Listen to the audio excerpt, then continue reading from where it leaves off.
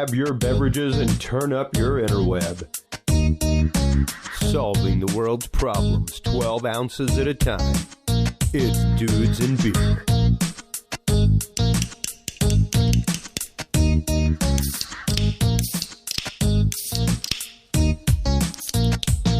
Well, hello everybody, and welcome to the Dudes and Beer podcast. Chris Jordan, your host, coming to you live from Austin, Texas, once again this evening. I hope everybody is doing well and ready for this amazing episode with longtime favorite of the audience and of the show, our good friend, Dr. John Hall, on tonight, discussing topics like Havana Syndrome, the recent DC Sonic attacks, people like Robert Duncan, Aaron Alexis, mass shooters, the DC car mom who supposedly heard the voice of Obama in her head telling her to do things. We will be discussing the world of targeted individuals, targeting technology, what that is all about, how some of that even relates to the current disclosure world going on around us, as well as how that relates to the world of mass shootings, and the rise of mass shootings, the possible correlation to the rise of mass shootings in America over the last many years. We'll be getting into those topics and so much more tonight with our good friend, Dr. John Hall. Before we have our guest on this evening, I just want to give a trigger alert real quick. Not only for our audience, because we're going to be talking a lot about things tonight that may anger you, that honestly should anger you once you find out what alphabet agencies are doing, what government contractors are doing, what kind of underground testing is going on in plain sight of the public without them even knowing. You should be angry. You have a right to be angry. But aside from that, even the clip that we're about to play, for all of the TIs that are out there in our audience tonight, and I know that y'all are out there, because I hear from y'all. I hear y'all's comments on the website. I see y'all's comments in the Facebook group, and I thank y'all for being a part of the community. And I thank you for including us in your community as a source of truth and a point of light in the darkness when it comes to this horrific topic and literal blight on the surface of our country that so many people are unaware of. The audio I'm about to play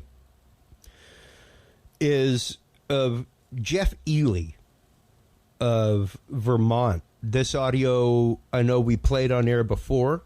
This is some very rough audio to listen to. I've enhanced it incredibly for broadcast, but this is one of the many instances that we will be talking about tonight where so-called targeted individuals have been pushed to the brink and pushed to the point that they take up arms, that they quite literally take up a weapon in use against either themselves or other people. And this gentleman was a guy who, hey, he was totally into off-roading. Whenever you go check out his Facebook page, which I think may have been shut down, but we showed it that night. I think this may have been the last time that we had Dr. John Hall on for a full-on episode.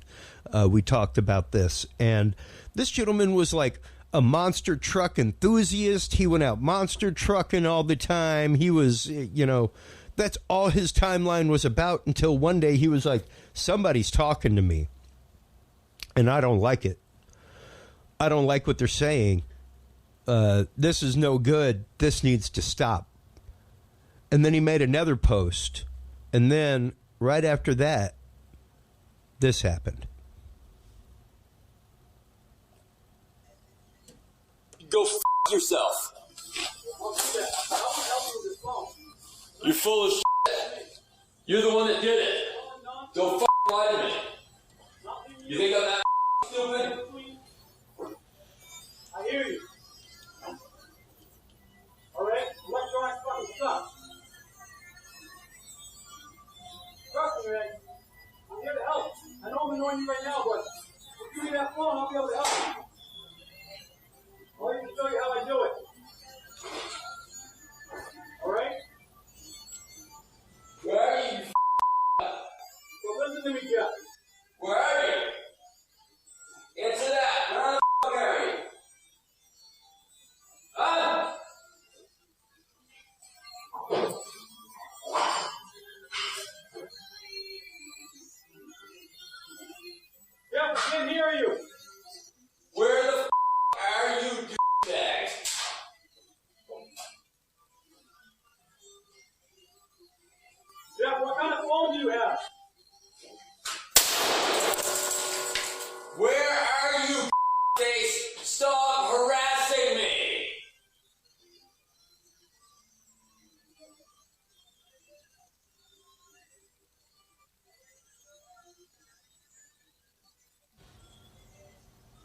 And you can still hear the police radios outside.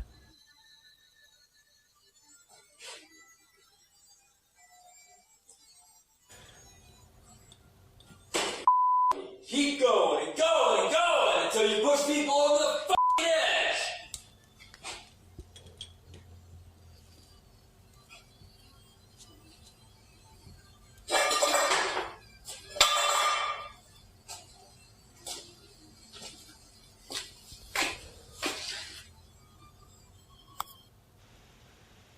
Welcome to the show, Dr. John Hall. That is quite literally, man. And I've spent my time back in the day doing like mock trials. I remember I did a mock trial for a family that was suing a building owner back in Houston, where like we had to listen to like the 911 tape of somebody like literally dying from the smoke inhalation.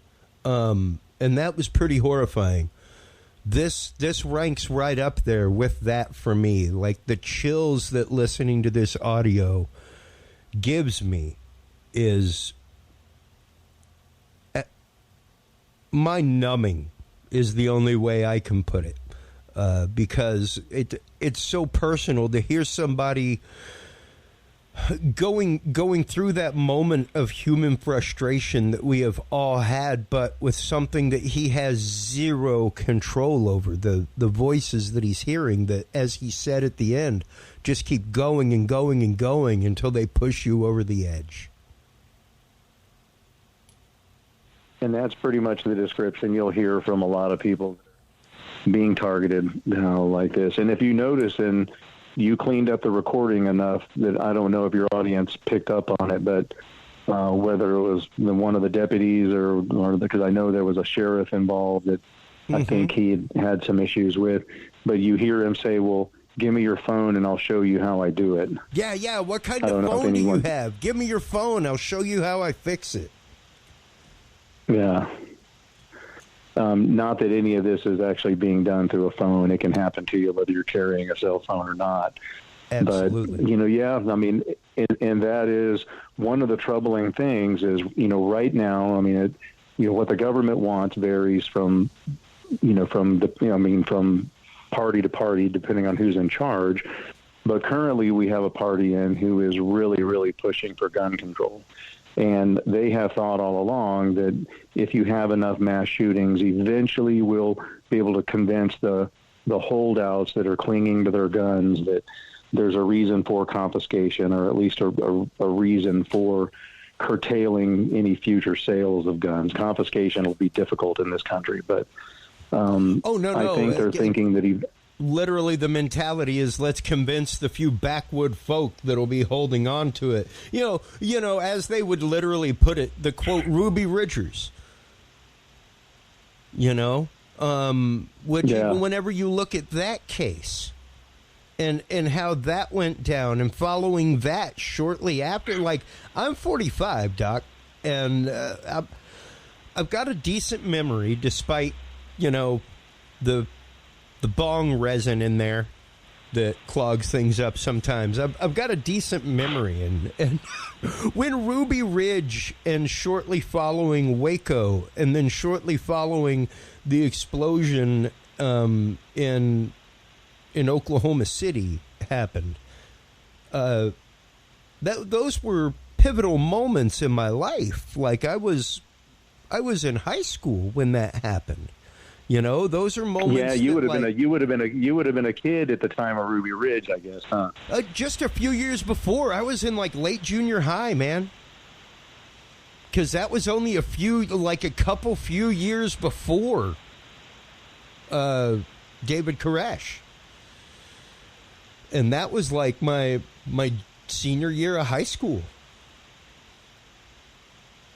I remember getting deep and profound, Well, and if you look at the current sentiment and wanting to get guns from the populace so bad, they know that the only way to do it is to create mass shooters, and they figured out a way to do it. And just for your listening audience, Chris and I had a conversation several days ago, and I told him, I said, be on the lookout for another rash of mass shootings. For one, we've got the current party in power that wants it to happen. And for two, you know, at least with me kind of keeping my fingers on the pulse of what's going on as far as targeting, you know, technology, you know, I've had a kind of an increased uptake in people reaching out to me saying, you know what, I feel like I'm trying to be manipulated and do something violent. I'm trying to resist it.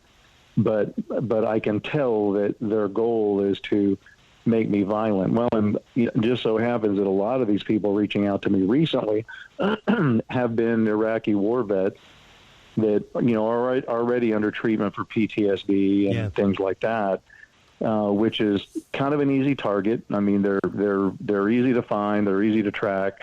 They're already probably being tracked by the government, whether they're being harassed or not. And then when you incessantly run voices through somebody, or even subliminally just change their outlook, or, you know, change their emotions and make them angry about one thing or another. And you know, it's interesting. One of the people you talked about was Myron May. You know, the voices he was hearing was actually trying to convince him that if he did something that horrible, that they would leave him alone. Now, that's not the typical case that you hear with most PIs. Most are just driven crazy enough or angry enough to do it. They're not doing something violent thinking that it's going to lessen the attacks on themselves.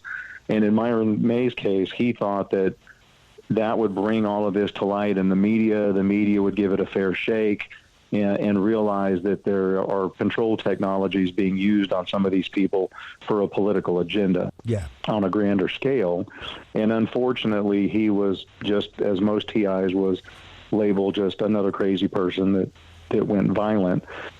Now, that has changed here in the last couple of years. Now that we have diplomats coming forward, you know, we have C.I.A. agents coming forward saying they're being attacked, and now employees in D.C. Of the government coming out saying that they're being attacked. But nonetheless, yes, you can control people into performing acts of violence for a political agenda. Not many years later, the U.S. Secretary of Defense, William S. Cohen, someone who at the time I greatly respected and admired, was reported to have shared his organization's vision of the future of mind control research in the publication Defense Viewpoint, published on December 1st, 1998.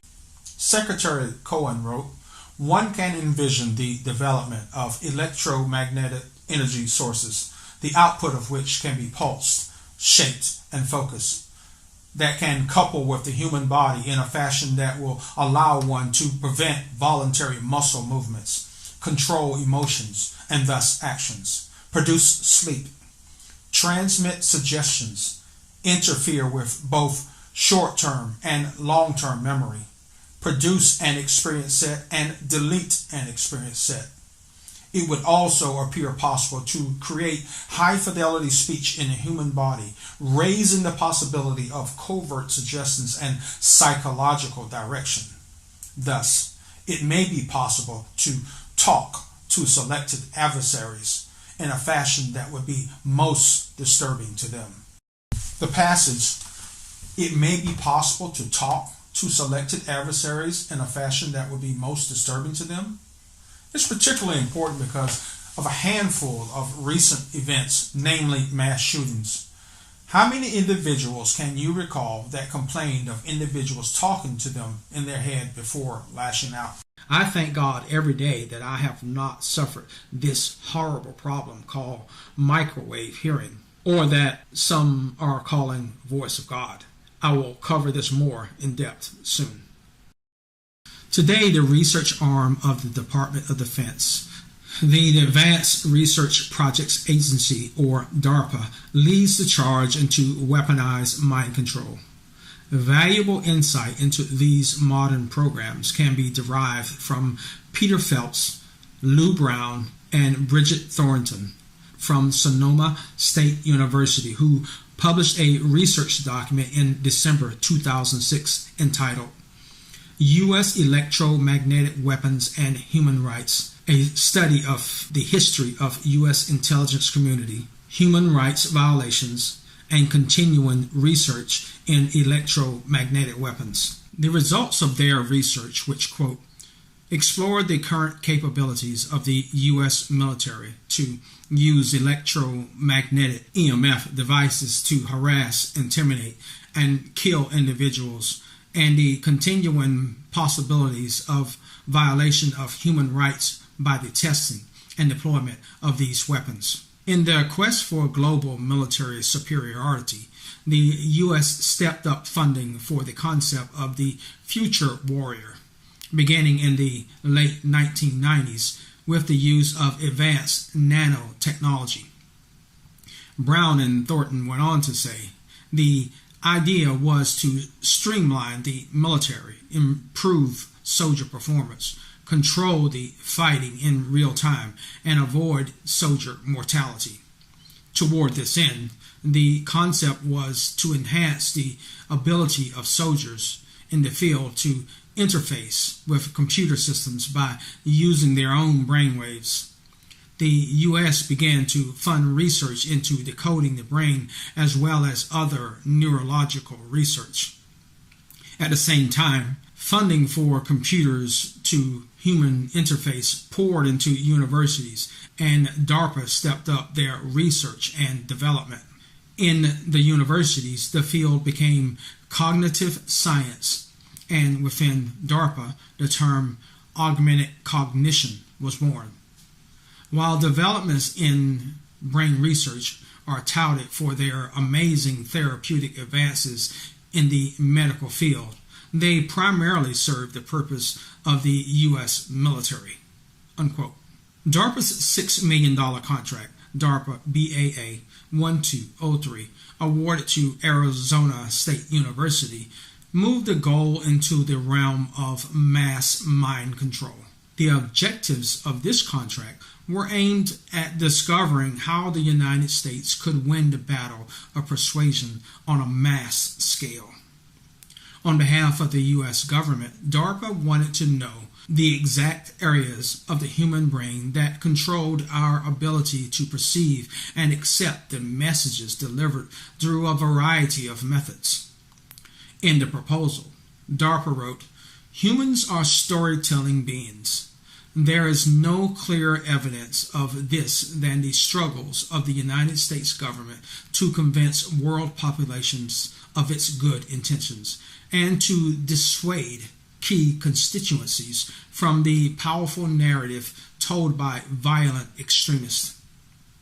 In short, it is widely recognized that the U.S. is losing the battle of the narrative and thus, consequently, the war of ideas." This project responds to technical areas 1 and 2 with the aim of revolutionizing the study of neuropsychology of narrative and its effects on persuasion.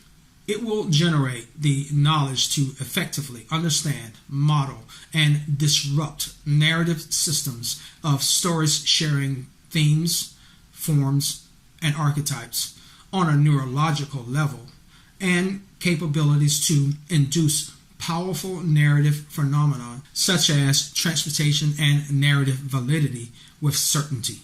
The work required went on to say, in Phase 3, we will selectively alter aspects of narrative structure and brain functioning via a transcranial magnetic stimulation to induce or disrupt selective features of narrative processing to provide the strongest possible inference about the operation of the narrative comprehension network. Nodes selected will be those that A, can be assessed and safely manipulated via transcranial magnetic stimulation, and B, occupy the most critical position in the network, and C, are associated with the strongest effects in Phase 1 and 2. This will help establish causal effect of the regions identified. Overall, this research program will provide important insights into the emergence or support of political violence and help clarify the role of strategic communication in mitigating it. Unquote.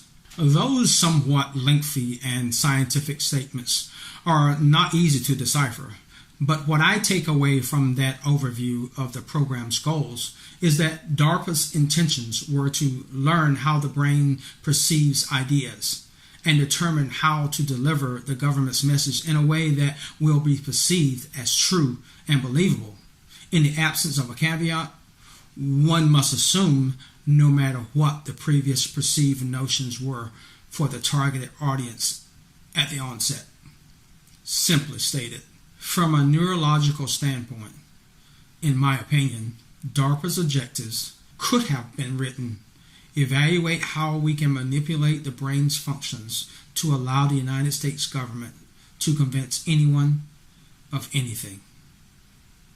Looking back on the early years, at the crude methods of mind control experimentation involving bulky headgear and heavy wires, or the use of chemicals administered to unwitting subjects, it would be easy to look back and think, look how far we've come.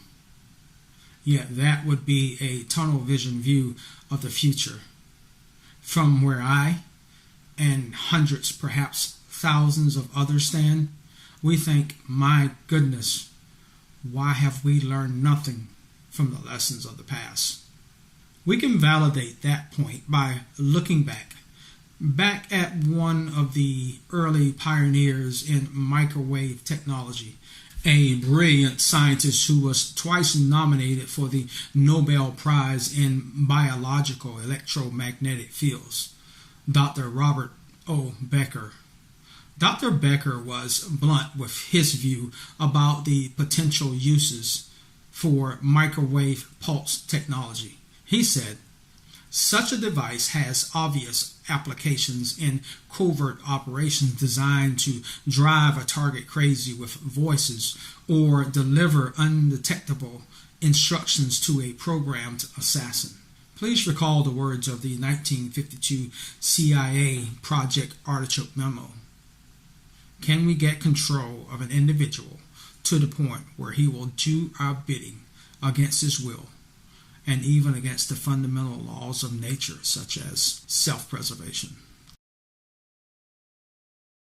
From a personal standpoint, by the time I surmised these psychologically intense actions against me were too well orchestrated to be an operation that only targeted me, I had already started to notice a series of bizarre circumstances spanning a period of around 10 years or so. Thousands of Americans share my plight. Thousands try to call these crimes to the attention of a country filled with citizens who just refuse to believe our government would do that to us. The most tragic thing about all of this is that if we American victims were somehow prosecutors searching for likely suspects, there can only be one likely culprit. American history is littered with many known cases of non-consensual human experimentations, with potentially thousands of victims of these unthinkable crimes against humanity.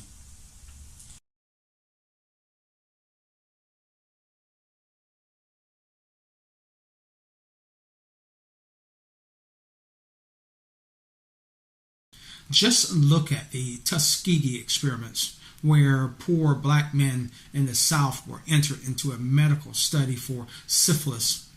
Men and their families who were told that they had bad blood. These men were not treated in this so-called medical study even decades after the known cure, penicillin, was discovered and documented to be effective against the disease. These men received no treatment in this program. In fact, according to the published article titled The Infamous 40-Year Tuskegee Study by Elizabeth Nix, by the mid-1960s, a U.S. Public Health Service venereal disease investigator in San Francisco named Peter Buxton found out about the Tuskegee study and expressed his concerns to his superiors that it was unethical. According to Nix, in response, PHS officials formed a committee to review the study, but ultimately opted to continue it with the goal of tracking the participants until all had died, autopsies were performed, and the project data could be analyzed. As a result, Buxton leaked the story to a reporter friend, who passed it on to her fellow reporter, Jean Heller of the Associated Press. Heller broke her story on July 1972, prompting a public outcry and forcing the study to shut down. By that time, however, 28 participants had perished from syphilis. 100 more had passed away from related complications.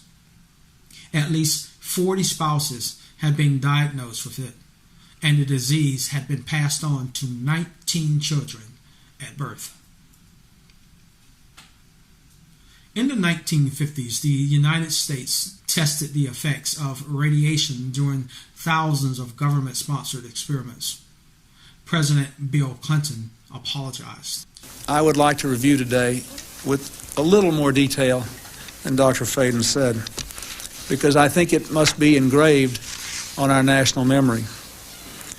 Thousands of government-sponsored experiments did take place at hospitals, universities, and military bases around our nation.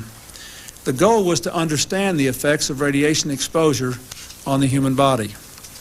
While most of the tests were ethical by any standards, some were unethical, not only by today's standards, but by the standards of the time in which they were conducted. They failed both the test of our national values and the test of humanity. In one scientist injected plutonium into 18 patients without their knowledge. In another, doctors exposed indigent cancer patients to excessive doses of radiation, a treatment from which it is virtually impossible that they could ever benefit. The report also demonstrates that these and other experiments were carried out on precisely those citizens who count most on the government for its help, the destitute and the gravely ill. But the dispossessed were not alone. Members of the military, precisely those on whom we and our government count most, they were also test subjects. Informed consent means your doctor tells you the risk of the treatment you are about to undergo. In too many cases, informed consent was withheld. Americans were kept in the dark about the effects of what was being done to them. The deception extended beyond the test subjects themselves to encompass their families and the American people as a whole. For these experiments were kept secret, and they were shrouded not for a compelling reason of national security, but for the simple fear of embarrassment, and that was wrong. In 2010, President Barack Obama and other federal officials apologized for another unethical U.S.-sponsored medical study conducted decades earlier in Guatemala. At least 5,500 people in Guatemala, including prisoners, mental patients, and children, were experimented on. 1,300 of those were exposed to STDs, including syphilis and gonorrhea. 83 people died during those experiments, and the goal of the research was to determine whether taking penicillin after sex would protect against those sexually transmitted diseases. It was a medical priority at the time, especially in the military. Well, last fall, President Obama ordered a review of what happened, and now that panel has come out with its report.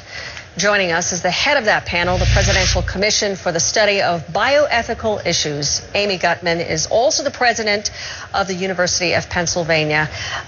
Professor, first of all, explain to us what your panel has learned about this, perhaps even the most disturbing information about what your panel discovered. A group of medical researchers, doctors and scientists working for the American government between 1946 and 1948 treated their fellow human beings in a way that can only be characterized as egregious and shocking. There were gross violations of human rights. They did not obtain the consent from any of the people they were using for research in Guatemala. And those people included some of the most vulnerable populations in Guatemala: mental patients, soldiers, children. They infected them, some of them using commercial sex workers who they also infected with syphilis or gonorrhea. They, in one case, is so graphic that it's hard to actually speak about it, but one woman who was a mental hospital patient, they inoculated in her arm syphilis, and when she developed symptoms, Dr. Cutler wrote in his journal that it looked like she was dying. And then they injected gonorrheal pus in both her eyes, in her urethra, in her rectum, and she did die shortly thereafter. This happened over many month period, Professor, and they never treated her. All of these innocent men and women had one thing in common. Like me, our government viewed them as expendable. The D.O.D., which has hundreds of thousands of personnel that it can force to take any drug it chooses, injected soldiers with small amounts of plutonium during Project Oak Ridge. The D.O.D. also tested the effect of mustard gas on U.S. soldiers during World War II. It was a painful, horrifying, and secret part of America's history during World War II. The U.S. government conducted experiments with mustard gas and other chemicals on some U.S. troops at the time. That chapter of history was first revealed in the early 90s. Now, a new investigation by NPR finds the military used race-based experiments as part of those tests. African-American men, shown here in protective gear, as well as Japanese American and Puerto Rican soldiers, were singled out. These pictures show the forearms of men exposed to mustard gas and other agents. Some, like Rollins Edwards, are living with the effects decades later. It felt like we were on fire, recalls Edwards, then a 93-year-old veteran. Guys started screaming and hollering and trying to break out, and then some of the guys fainted. And finally, they opened the door and let us out. And guys were they were in bad shape. Edwards was one of the 60,000 enlisted men enrolled in a once secret government program to test mustard gas and other chemical agents on American troops, formally declassified in 1993. But there was a specific reason he was chosen. Edwards was an African American. Edwards was expendable. I could go on for hours detailing these illegal tests, but please, have a look for yourself. We, those whom some refer to as targeted individuals, which, by the way, is a term that I do not like, more on that in a moment, are the next generation of non-consensual human testing and experimentation victims. Just as it occurred decades ago, our government hides behind the threat of official sanctions to possible whistleblowers and forbids even casual mention of their crimes by formally classifying the testing programs with a formal classification of secret or higher. Even the attempt to amend the faults of previous individuals in reality serves to cement the evils. You see, historic patterns by our government show that admissions occur around 50 years after the crime, eliminating any opportunity for the victim to see justice for the acts committed against them, because all involved are likely long since dead. Moreover, in exposing these crimes with no effort to seek to prevent similar crimes in the future, it provides a subconscious normalization vehicle for similar crimes against humanity. We become desensitized to the suffering of our fellow Americans at the hands of our government officials, which may be the most dangerous consideration of all. And that is exactly what we had in that case there that you played. Yeah, precisely. And I mean, I've got the Healthline thing up about the mysterious syndrome first detected in Cuba, now reported in the U.S. And like you're saying, pushing people to the brink with these technologies is pretty technically would be a whole lot easier than trying to reach a mass number of people with them. Well, and it's the reason they do that is the only other way to do that would be for the government to send out its own shooters, Sure. to do, as employees, which eventually, even our lame media would come around to identifying that, and it would make the government culpable. Well, as long as you're using technology that, most people don't know about, and, even more people don't believe exist. I mean, it's a relative few that mainly believe it because they know someone, either themselves or a family member, that's been targeted by it. As a matter of fact, even, one of the veterans that reached out to me recently didn't reach out to me himself. He reached out to me through his father, who said, when he first came home from Iraq, everything was fine.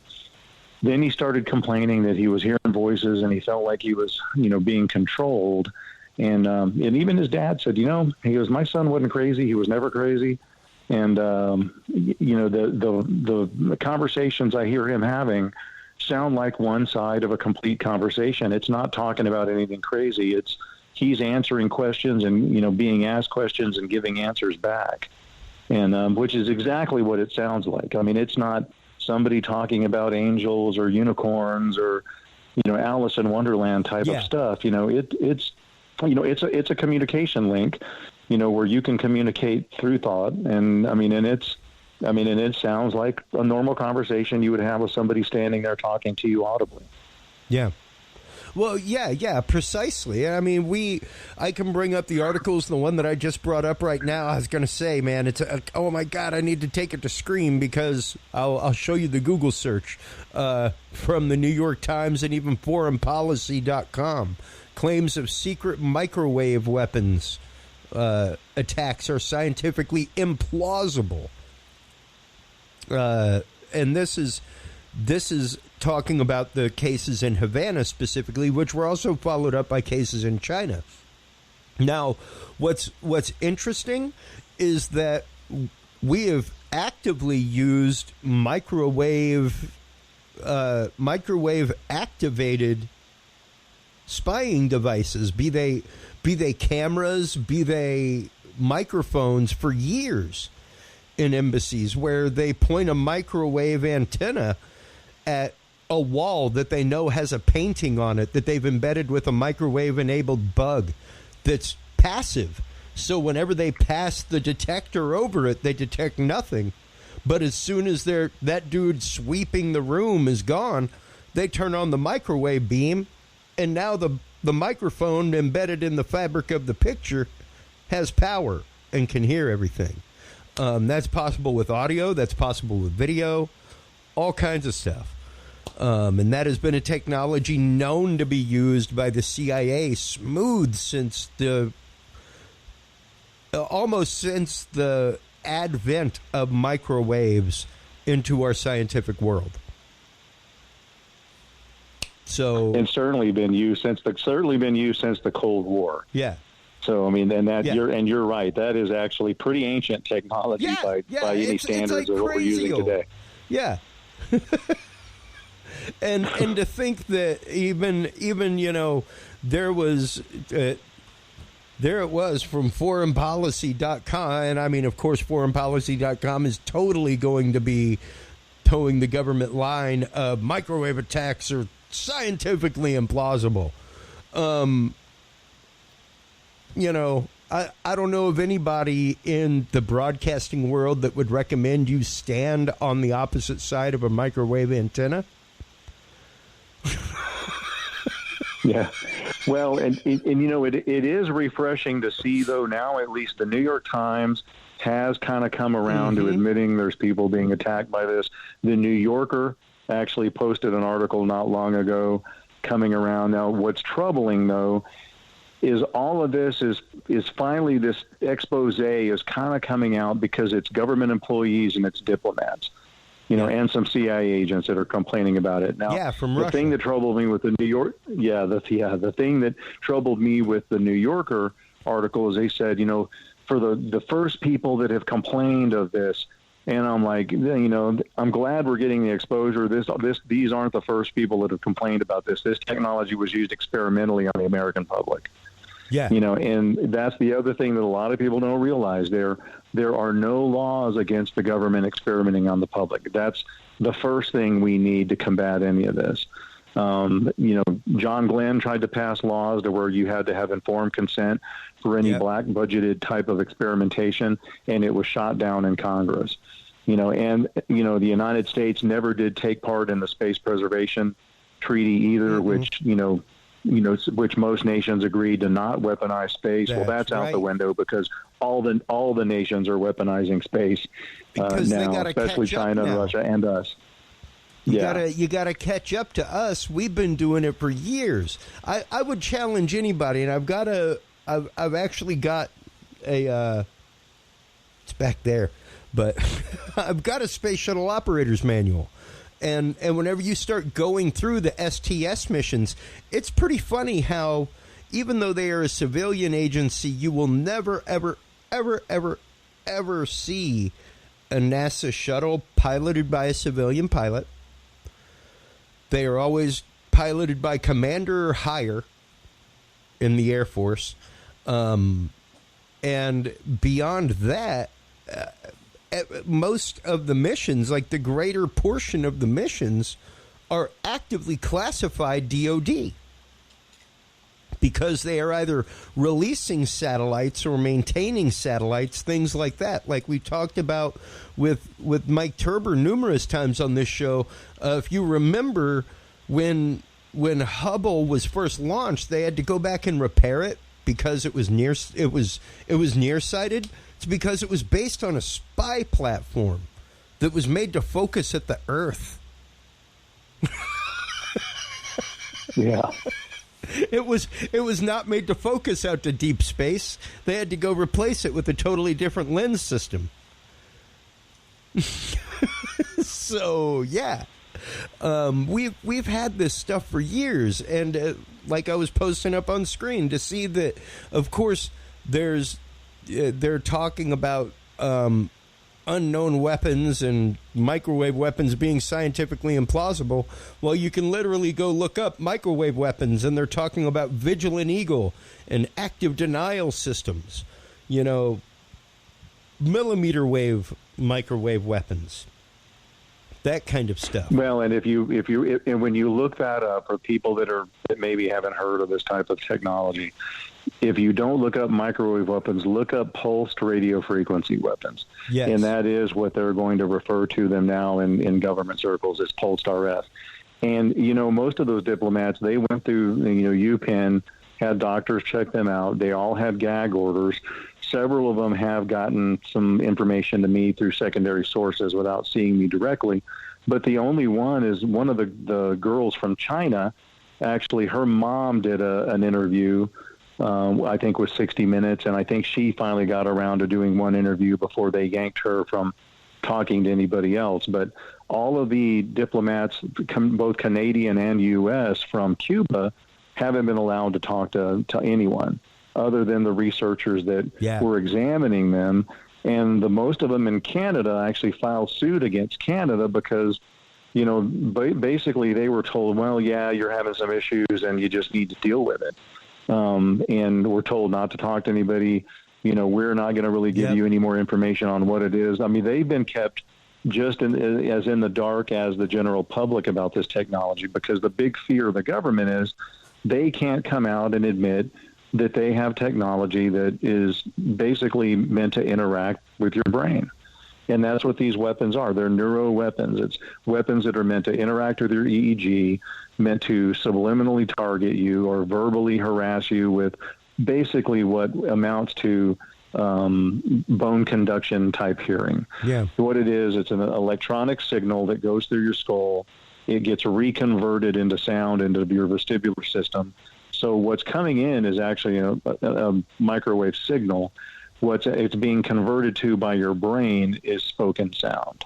So, and that's why it's called voice to skull or in-head communication. Yeah. And this was talked about in Army research articles back in the 80s. And they talked about the value of having this technology to be able to communicate with hostages in a hostage situation without the hostage taker hearing. And specifically, they said, imagine the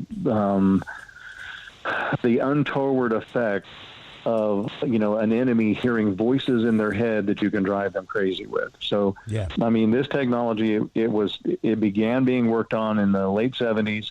It was pretty much functional technology by the 80s. As a matter of fact, I think we've talked about this before. We had prisoners in the Utah prison system that were part of the early experimentation that actually were brought into a cell. They said that the amount of energy being beamed into that cell was so exhausting that it was hard to even get up off of the cots.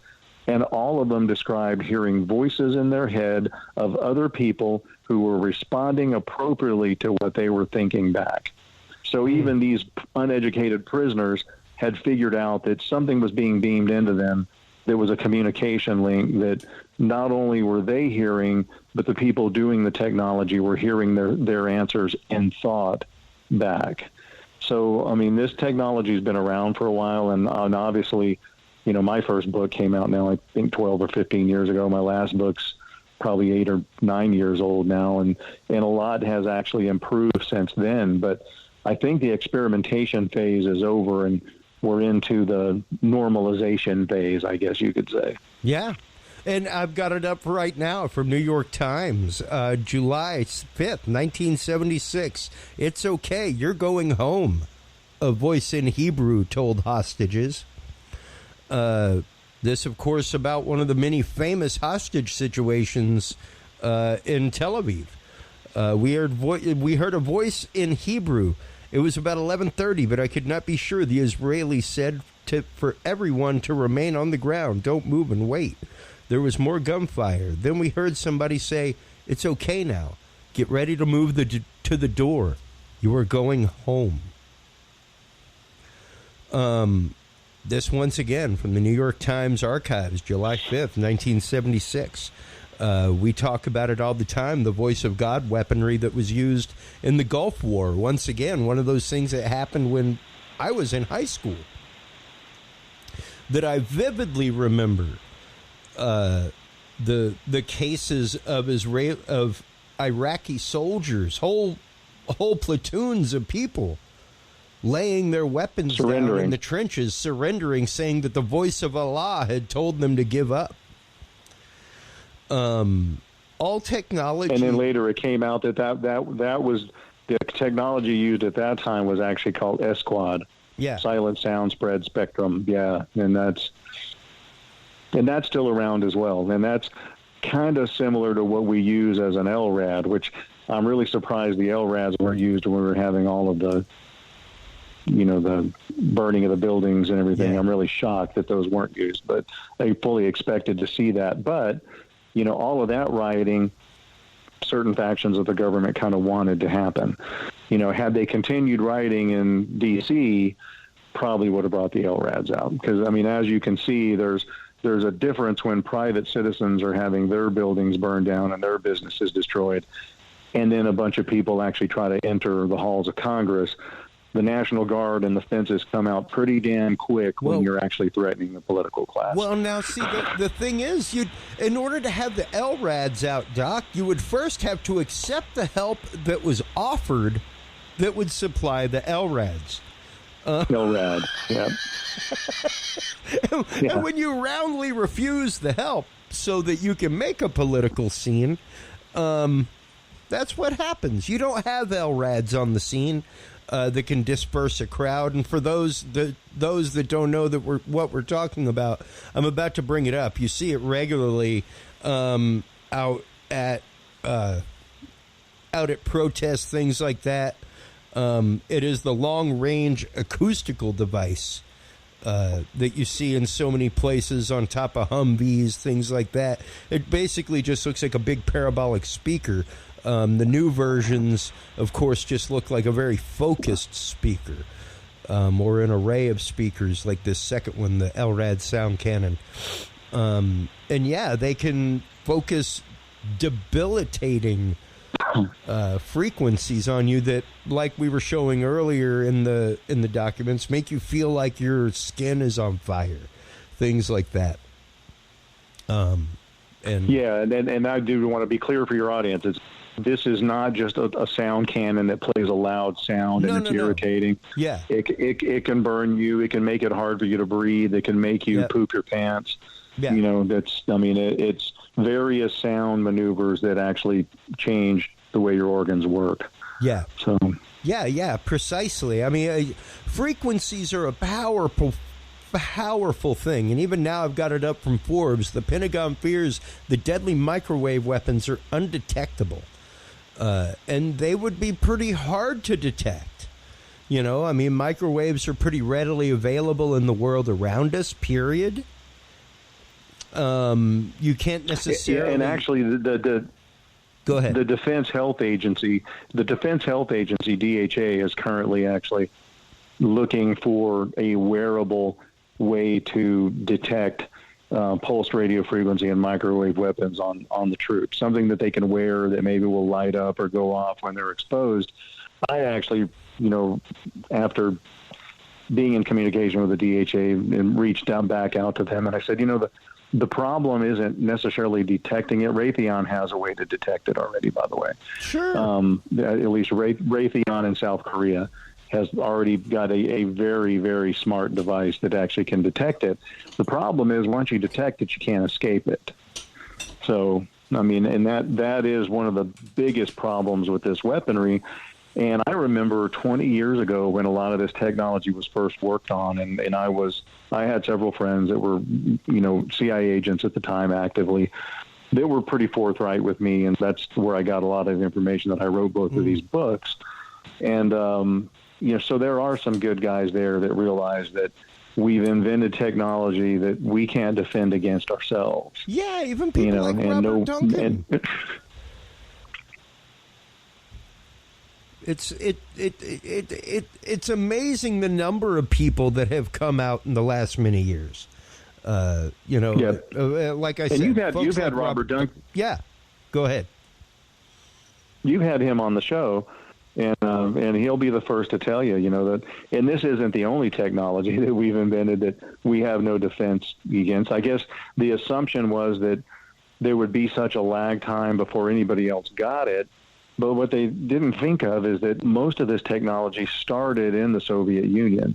We got wind of it through the Soviets, and as the Soviet Union fell, some of Smirnov's technology through his widow actually made it into private contractors' hands and into government hands here, where it was worked on and finished. And I think one of the biggest flaws of a lot of our technology, especially military technology, is that our country always seems to think that they're working on it in a vacuum. And you have to realize that anything that you figured out, every other industrialized nation has probably kind of figured out or working on too. If you notice the technology races, the Russians and the Chinese are never too far behind or too far ahead of us. The technology kind of comes as a wave, and you may be a little behind on the wave, but you're going to be there eventually. Yeah. And to think that we would be the only ones with this technology would just be silly thinking. But I think that's what they thought. Yeah, and to know that I mean, of course, sadly, any decent technology has its means of weaponization. Be it through a means of control, be it through a means of, hey, this is the data that we collect, what have you. There can be a nefarious means to just about anything in the world. But when you're talking about this stuff, it's quite literally being made for the purpose of weaponization. And made for the purpose of control. Yeah. I mean, a lot of people are probably thinking, well, why would the government want to do that? Well, to control you. as the government grows larger and larger, their fears of having their power taken away also grow larger and larger. It's kind of like being a top ranking boxer. When you're young and in your prime and you can't be beat, things are pretty good. As you get older and a lot of younger guys start coming at you, and eventually you've either got to retire undefeated or go down, you get a little more paranoid about that. And we're at a point where now the federal government is so large that it feels like it needs to control everything in order to keep its power. And now we even have a pretty strong Marxist faction that is trying to kind of take control of the government too. And I mean, if you read some of the predictions of Bezmenov back in the 80s, when he, a former KGB agent, when he did a television interview, and he talked about the steps that the KGB was taking to demoralize America and basically, kind of turn us over into Marxist hands. Tell you what, if you read some of his predictions, that does sound like kind of what's happening. He talked about infiltrating the universities with Marxist-minded professors to brainwash the kids, demoralization. Their biggest fear with our country was our patriotism and our spiritualism. It was a Christian country that was full of patriots, and they knew they had to defeat those things in order to make this country Marxist.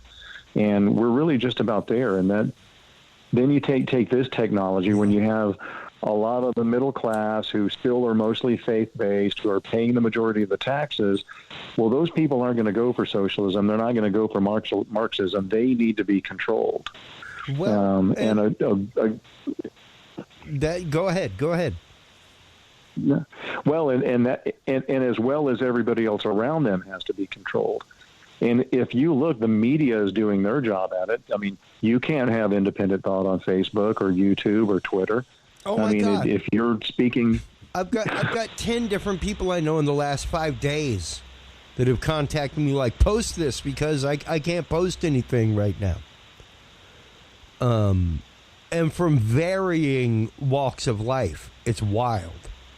It's wild, the amount of blocking, and to even go into the document that we've been showing on screen here about the high frequency pulse microwave devices right here. I mean, HPM devices can produce effects that range from denying the use of electronic-based equipment to disrupting, damaging, or destroying such equipment.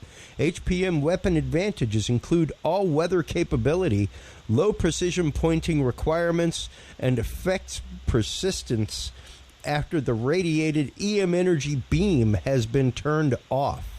One major advantage of HPM is that electronics are generally more vulnerable to high fields and high energies than humans.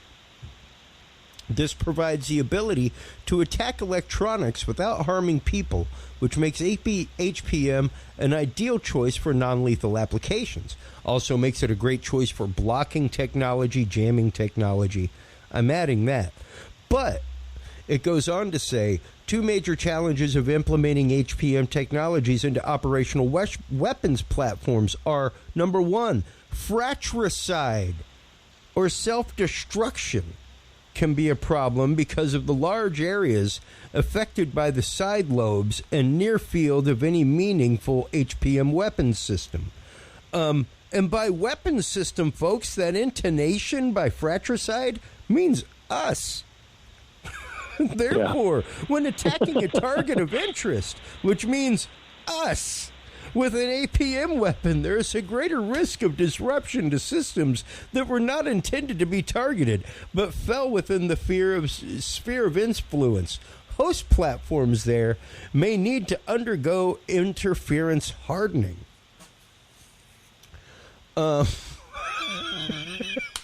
And then it goes on to talk about how this is also used in weapons systems, and how it can be used to, of course, scramble the computer systems in guided missiles, all kinds of stuff. But when you're talking about the two major challenges of implementing the HPM technologies are fratricide or self-destruction. Well, and in my first book, I had mentioned that most of this technology was initially invented to attack hard electronic targets. Yeah. But it's not until somebody went, hey, the human body has electrical signals in it that are biochemically electric, don't they? Well, let's try it on humans and see what it'll do to humans. And they went, oh, my God, it works on humans, too. Yeah, all modern science shows were just big radio receivers, right? Let's see if this works. Yep. And, of course, it was people like our good friend Robert Duncan, writing his book, Taming a Demon, How to Tame a Demon, that kind of stuff that really woke people up to the fact that, yes, this technology existed. There were people that were paid to make this technology, of course, for other weapons systems, other uses, things like that. But whenever they saw the fact that it was useful in this way also, they absolutely used it without compunction. Well, and the bad thing now is it's actually not just solely in government hands now. So, the way they did the original experimentation, you got to remember the CIA had its hand slapped pretty hard after MK Ultra. Yeah. We had a Rockefeller Commission, we had the church hearings, and and they knew that people would dig through the finances and figure out how this was being continued, and by all means, this is a continuation of MK Ultra. Oh, absolutely, and it just that was the first lawsuit against the government regarding such a thing. Yep. So they knew they had to bury it a little deeper. So rather than using universities, which had to be paid, and being able to track the finances, because that's how we figured out so much about MK Ultra, is tracking where the money went. And a lot of MK Ultra was done through front companies and legitimate universities that actually did some of these, heinous experiments. But so what they decided to do was to do the early experimentation with this technology. They farmed it out to private investigative groups or individual citizens, most of whom were former FBI, former NSA, former C.I.A. agents working as private investigators. That way they had people in pretty much every major city, and basically let them figure out how to let the technology make money for themselves. So that way there was no direct government check going to somebody saying, here's your check for experimenting on people in your community. They were able to take this technology and use it for private investigation, use it for corporate espionage, as long as the data from the experiments came back to the appropriate agencies, that's all that mattered. And a lot of these private investigative groups were basically said, here's the technology, use it on whoever you want to for whatever reason. We're just interested in seeing how well it works. And that is exactly what you saw in the targeted individual community. You saw people in every major city that were mostly being targeted by people who would bill themselves as private investigators, or in some instances there are criminal element, and a lot of instances they are being targeted by, maybe police officers or rogue police departments that are using this. But in the long run, what you saw was a group of people nationwide and now globally that resemble a random sample. Because there may be a group that was mostly targeting gay men in San Francisco. They're a group mostly using this for sex trafficking in Texas, maybe attacking drug addicts in New York City or some other city. But when you really crunch all the population down, it's random, because you can see that majority of the victims of this tend to be female, but it's a pretty even mix now, male and female. It's a pretty even mix when it comes to culture and diversity, and it's a pretty even mix when you look at religious bias. So, it was indirectly intended to garner a random sample in the experimentation. But I really think that most of the experimentation is being done now. Some of this is ramping down a little bit as far as the sheer numbers of people that are complaining about it. The problem, at least from what I was told from CIA sources, is that once you were enrolled into one of these experimental programs, why they could stop basically harassing you and attacking you, they could never stop watching you. And I think that's a lot of the reason you see a lot of TIs being harassed into suicide, is because for the most part, this technology truly is non-lethal. Its lethality comes in driving people so nuts and harassing them and torturing them to the point where they kill themselves.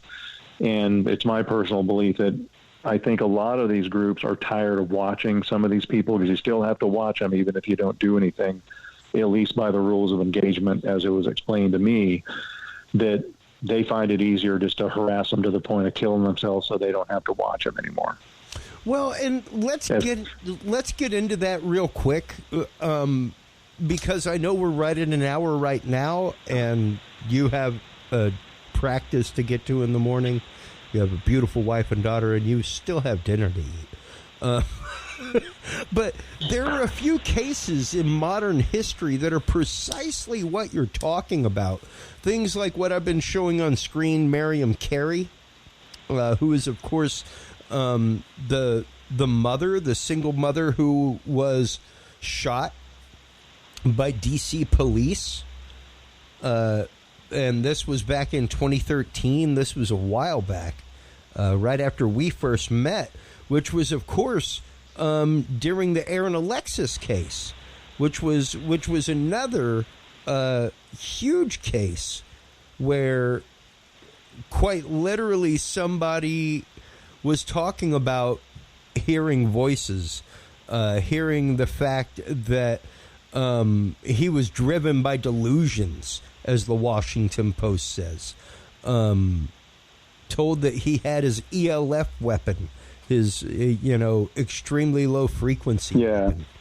Things like that. He engraved that on the shot. Yeah. He engraved that on the shotgun.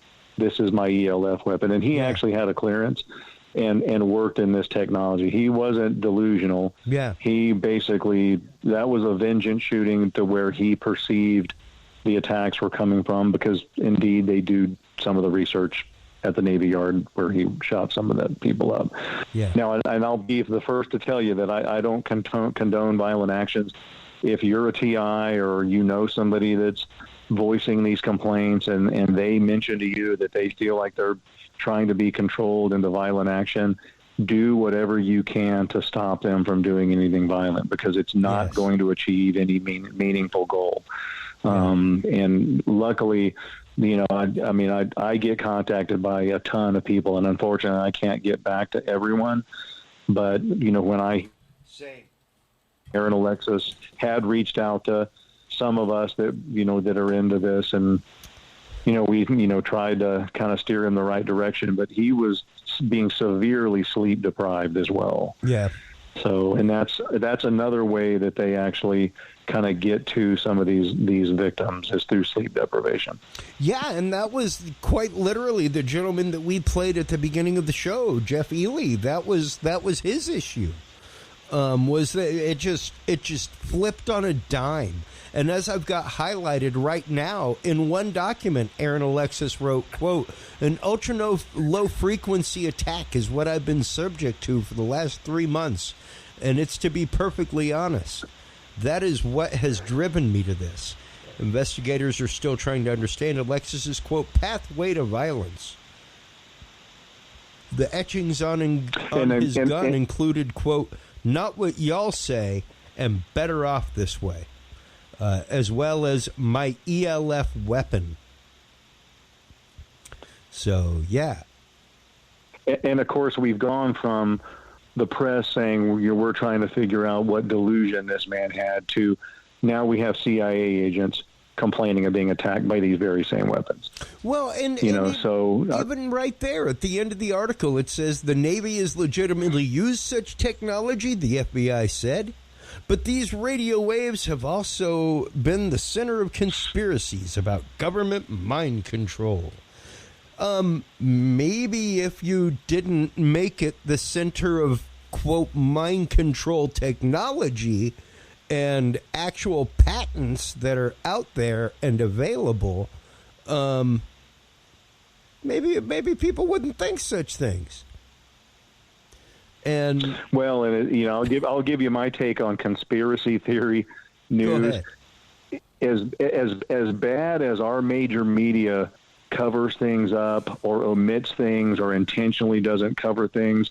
And now our social media is even worse than the major media ever has been, as far as not letting you voice the truth or controlling the truth. Really, a show like yours is really about the only place you're going to maybe get exposed to the truth. We're isolated in our families. Our families don't believe us. School teachers don't believe us. The New York Times. Maybe they do, and they don't care. Maybe they find that they're success. Ed, what I would say is the New York Times, the Washington Post, the Intercept, all of the newspapers, NPR, Democracy Now, mainstream media in its entirety has clearly been told not to touch the subject because they are not touching the subject and they're only printing lies and distortion about it. And there are many, many people they are protecting. They are protecting the military who are testing these weapons.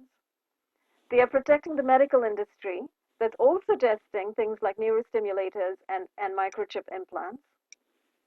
They are protecting the experimenters.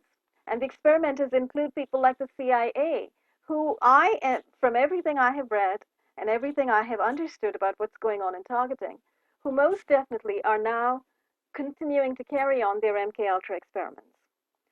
The MK-Ultra experiments using electromagnetic radiation, were running in the 70s when it went under after the Church Committee. But never stopped. Never stopped. Just went underground, went into changed hats.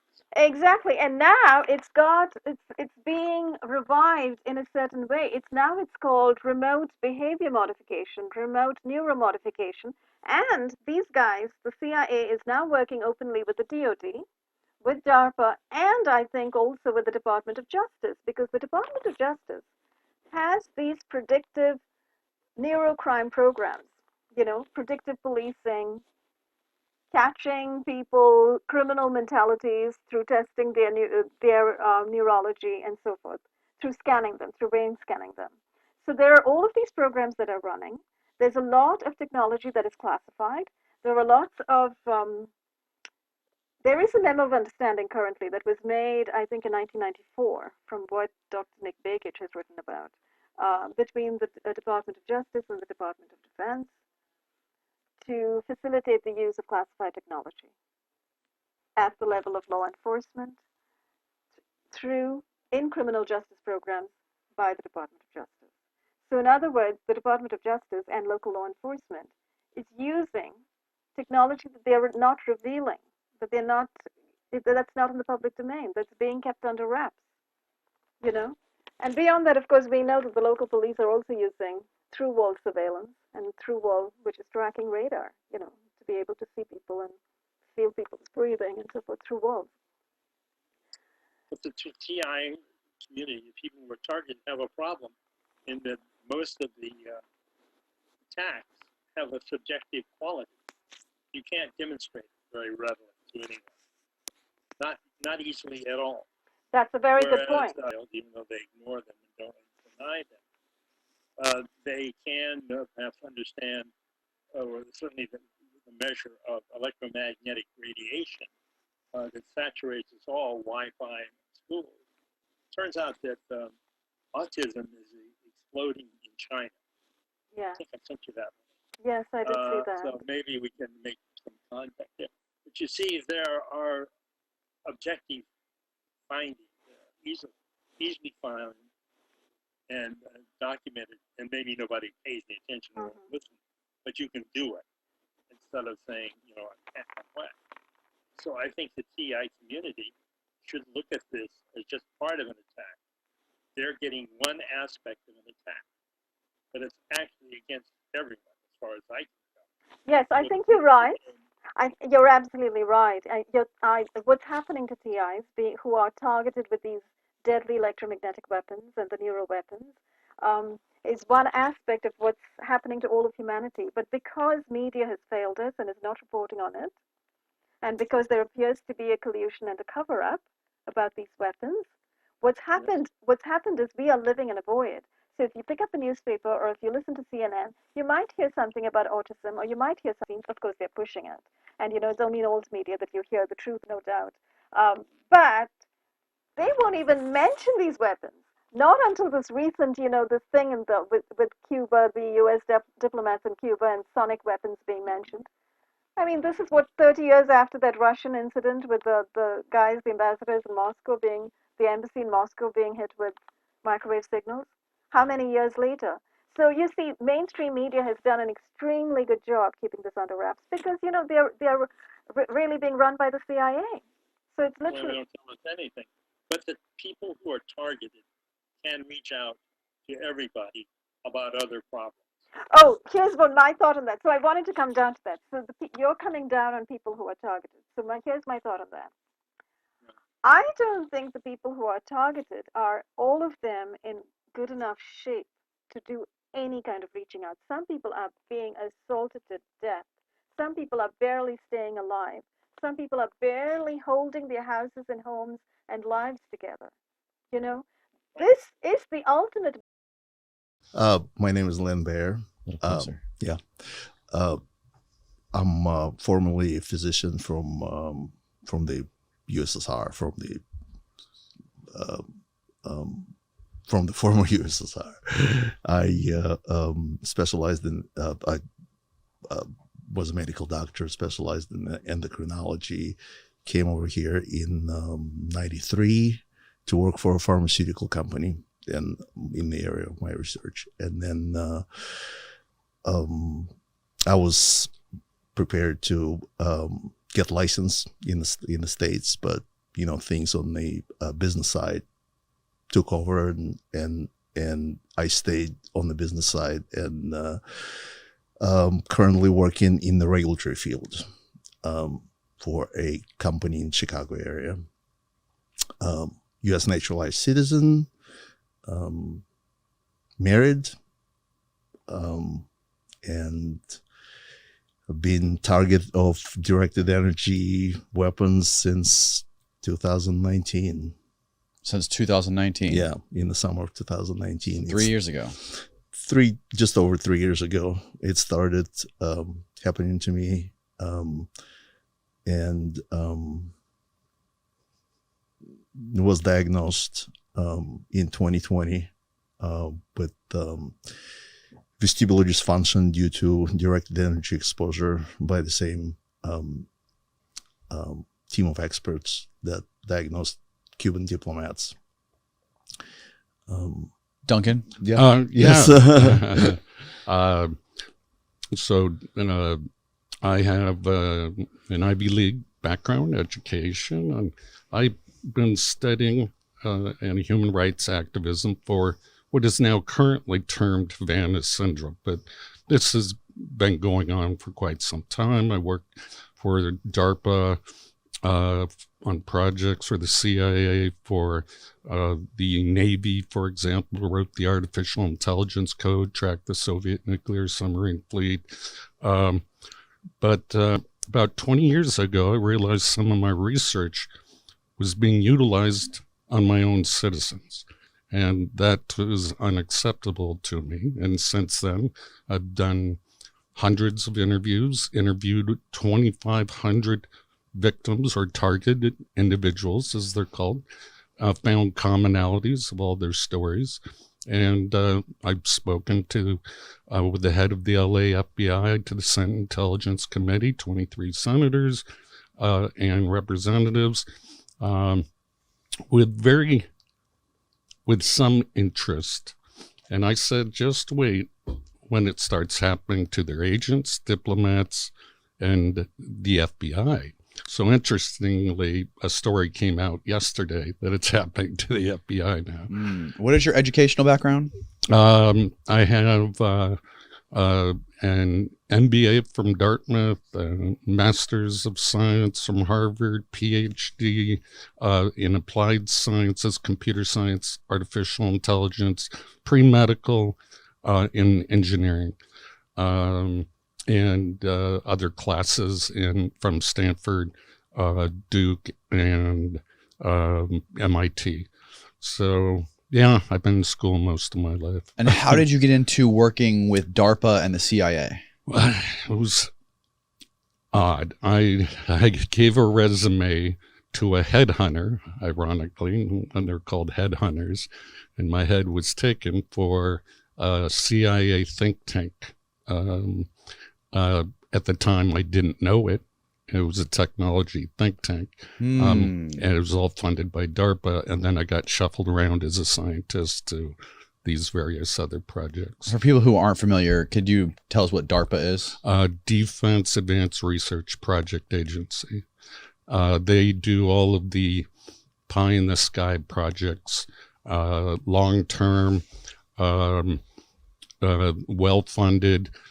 I have some of the best scientists, and it's mainly where all the top secret research goes on. And that some of it I can talk about, some of it I can't, and it's a very fine line. I'm not trying to hurt my country. I'm not trying to hurt anyone here, but there is a cover-up going on about the Havana syndrome, and so this is what we're hoping Len and I to expose today. So when did you guys meet each other, and how did you guys meet? So after I was diagnosed with Havana syndrome by Dr. Hoffer at the University of Miami, I started reaching out to elected officials, to all the researchers. One of the people I contacted gave me Robert's book, Soulcatcher, Project Soulcatcher. I read it, and I said, I have to meet this guy. And I contacted him on social media and made a trip. I live in the Chicago area, just about 45 minutes from downtown, and contacted Robert, asked to fly to meet him, and we flew to Idaho and spent the day talking, and I learned a lot about it, and I continue learning from Robert.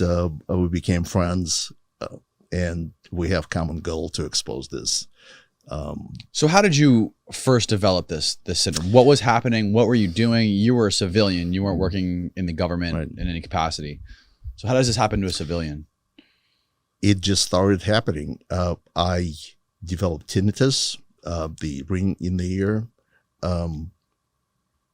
first at like in certain parts of the house, and I heard noises and voices, and I could not figure out, and then vibrations. These vibrations, experientially, it's like nothing else. There's no neurological disorder that feels like that. And I can tell you, as a patient and as a physician, experientially, it is very distinct. Your whole body vibrates. Your head is heavy pressure. The sound is deafening. You get disoriented. Can't walk. Can't talk. It incapacitates you, and it can last from 10 minutes to 30 minutes to an hour and a half, and it's very painful. It's very uncomfortable, and it feels like concussion. After that, and you actually have symptoms of concussion, the movement of the eyes, nystagmus, and this is why some people give it the name immaculate concussion. But it was escalating. I was searching for an answer. I had convulsions from it, which is one of the things that people experience. I realized how serious it was. Neurologists were unable to diagnose. I started looking through the literature, found a paper by Dr. Hoffer where he describes 25 diplomats that he examined and diagnosed with what he called acquired neurosensory dysfunction. And that's the diagnosis that he gave to these diplomats, and he gave this diagnosis to me. But my attacks did not happen overseas. They happened domestically in my house. And I traveled and stayed at hotels, went to other states, and it was happening there too. So just not one location. And it escalated. Then I was diagnosed with traumatic encephalopathy, basically like post-traumatic brain syndrome. But there's no injury. There's no concussion. This is not a type of injury where you have mechanical trauma. Right. This is energy. This is what they call non-kinetic weaponry. And this is how we met.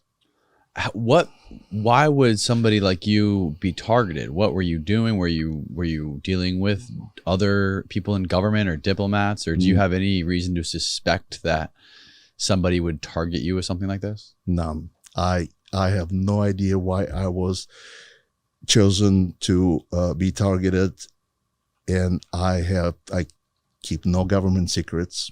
I never worked for a government. I don't know what the reason is, and I'm not doing it. So perhaps people who do it to me would know the answer. So is this something that you believe happened to you one time and it had like a lasting residual effect? Or do you think this is something that happened, you were targeted by some sort of weapon or something multiple times? Multiple times on ongoing basis. I just had 2 attacks this morning before I got on the plane. These are active attacks. And experientially, they feel exactly the same. The vibrations, all the symptoms are the same. And not only that, I have a brain scan that I did in April and did in October. So in 6 months, what this Havana syndrome is also described as brain connectivity disorder. So it disrupts connectivity between neural nodes within the brain. And I have these broken connections, these called delta waves, that you only supposed to have it during deep sleep. And I have them all over, and these are basically non-functional connections between neural nodes. And since April to October of this year, I have 20% more. There's no degenerative neurological disorder that behaves that like that. This is a very fast progress, and because I'm having these daily active attacks. These are not functional episodes. These are active attacks that make me vibrate, make me disoriented. They're extremely painful. Sometimes I just have to go to the basement and scream in the pillow. It's extremely debilitating.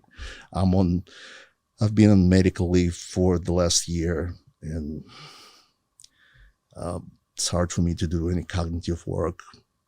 I work when I can. So when you say it's actively happening, you think that this is being something that's controlled, or do you think it is something that just has an effect that lasts over a long period of time and it happens sporadically at random times? I think that these are active attacks. These are not residual. These are not functional episodes. So their episodes are not random. No, I can't predict when they're gonna happen. They can happen. It can wake me up in the middle of the night. It can happen. There's no pattern. There's no pattern. When you listen to neuroweapon experts that warn us about these attacks, they call them intentional. So these are intentional attacks. These are not, the brain does not produce them. There's a school of thought that these are functional neurological disorder, but in fact, the brain injury from these energy attacks are classified as organic. So there's a damage to the brain. So to answer this question scientifically would take somebody to measure that energy coming into my brain, but the detection methods in the intelligence reports are classified. So I can't tell you that this energy is coming in because I'm not measuring it. Nobody is measuring, nobody is investigating it. But I guarantee you these are active attacks. I'm the biggest skeptic. I'm scientifically minded. I have no doubt that these are active attacks. There was a recent documentary on CNN, Immaculate Conception, where the doctor who was investigating, who was C.I.A., came down with the same symptoms. So it's kind of interesting. The doctors they hired that they are not even allowed to know. Talk directly into that thing. That they do not even know that we've been working on the same weapons, directed energy weapons, often referred to as DO, mind control weapons. Chinese are working on them. The Russians and U.S. have had them for a long time. But dial-in lethality is what's happening oftentimes for those that show mild traumatic brain injury. It can be done through cavitation effects using sound waves, highly unlikely in the Cuba embassy attacks. And it can be done through microwave-directed energy if it's amplified. In fact, there's something called the Frey effect. The Army had it on their website called V2K, and that's how a lot of people refer to it, that can pipe voices into someone's head. You can't plug your ears. It actually vibrates the brain, which is like many concussions, through the small pulses that expand the tissue and then contracts it, then goes to the inner ear where they can hear it. If you just turn that up, it causes brain damage. You're heating the brain. So there are a lot of ways, and a weapon, for example, that I think is reclassified now, but it was done at the University of Nevada as a non-lethal weapon that resonates the dopamine cells of your brain, producing cells of your brain, and it floods it. Now, it worked. The Air Force reclassified it. Flood your brain with dopamine? Yeah, dopamine dump. And that incapacitates the adversary in a non-lethal way. Not totally non-lethal, though. If you have too much neurotransmitter in your brain, it's a neurotoxin. It'll also cause brain damage. So brain damage can occur through these weapons that are non-lethal in many different ways. Do you have any way of describing, or is there any evidence anywhere that could explain something that's happening, like to describe what Len is describing is happening to him? Is there any sort of weapon that you're aware of that can do that? Sure. It's very complex. But if you cognitively model someone, you have a brain print, like a fingerprint. And if you use autocorrelation techniques, and there's a way, and we'll just kind of wave our hand, functional MRI that you can do at a distance over the earth, you have every human being's brain pattern. You can control 8 billion brains on the planet, potentially, read them. Pre-crime, I mean, you can imagine during warfare, it'd be useful for a number of objectives. So in that situation, you'd want it continuous, and you'd beam the entire earth over it. You're like a cell phone. Your brain is a circuit. So if you're dialed in, once you have a cognitive model, you would never be able to escape it under the magnetosphere or ionosphere. It's worldwide, and you can ask, a number of people in every country, is it happening in your country? And they're just like the exact same symptomology. Other than the symptomology and the vast amount of people in government and so forth that experience these same symptoms, what other evidence do we have of technology like this? Well, I sent you some articles and papers. There are just many books. You can go on Google. The difference between, I just don't believe these diplomats are being hit and by a drive-by microwave weapon. I think the brain damage is being done because the brain rewires itself more rapidly. Let's say if you lose your eyesight, then your hearing and taste, smell, your taste and smell get better. Your brain adapts faster. During this adaptation process, you can insert an external signal, sort of like hiving brains together. Insert an external signal. Yes, an electromagnetic signal. And how would you do that, you might ask? And the details get very complex. But there are several patents that you can access that talk about inserting a signal into the microcircuits and macrocircuits of the brain. Now, you got to know those patterns, the lock and key mechanism. Otherwise, it won't affect you.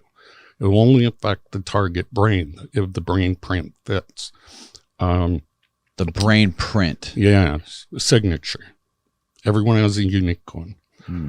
And you ask, well, how do you broadcast this over the world? How do we talk to nuclear submarines underwater? How do you explain this is happening to Len? How do you rationalize it? I can, because one, it follows the symptomology, like I said, of all these others. Right. But for me, I don't know if he wants me to mention this. Let me ask him in private. Hold on. Okay, yeah. Can I talk? Here's how I do my studies, and I wanted to find the commonalities, but I have to throw away the ones I'm uncertain about that are true targets. Maybe there's natural schizophrenia, there's a whole bunch of chemical imbalances, et cetera. Right. These weapons can actually induce and mimic all those diseases and effects. But the conversations, the scripts, they're called, are always the same. And I've heard them all. They're slightly tailored for each individual, but they're scripts. And they're meant to confuse the very derogatory. That's just typical breakdown. If you've ever been to boot camp, you're a worm until you're part of the team. And why would you want to break down the ego of that person? To rebuild it. So this gets into creating Manchurian candidates, split personality spies, and information couriers, people that will carry messages to other places without being aware that they're actually doing it. So you can imagine the misperception that is caused by this. And a lot of people, the targets when they're interviewed are tricked into believing evil aliens have abducted their brains, demons. They're tricked? Yes. How are they tricked? They're told. By who? By the voices, the V2K. So they'll say, we're the Russian government, we're the Chinese government, we're evil aliens, we're Satan's, satanic ritual abuse. And I've heard all the stories.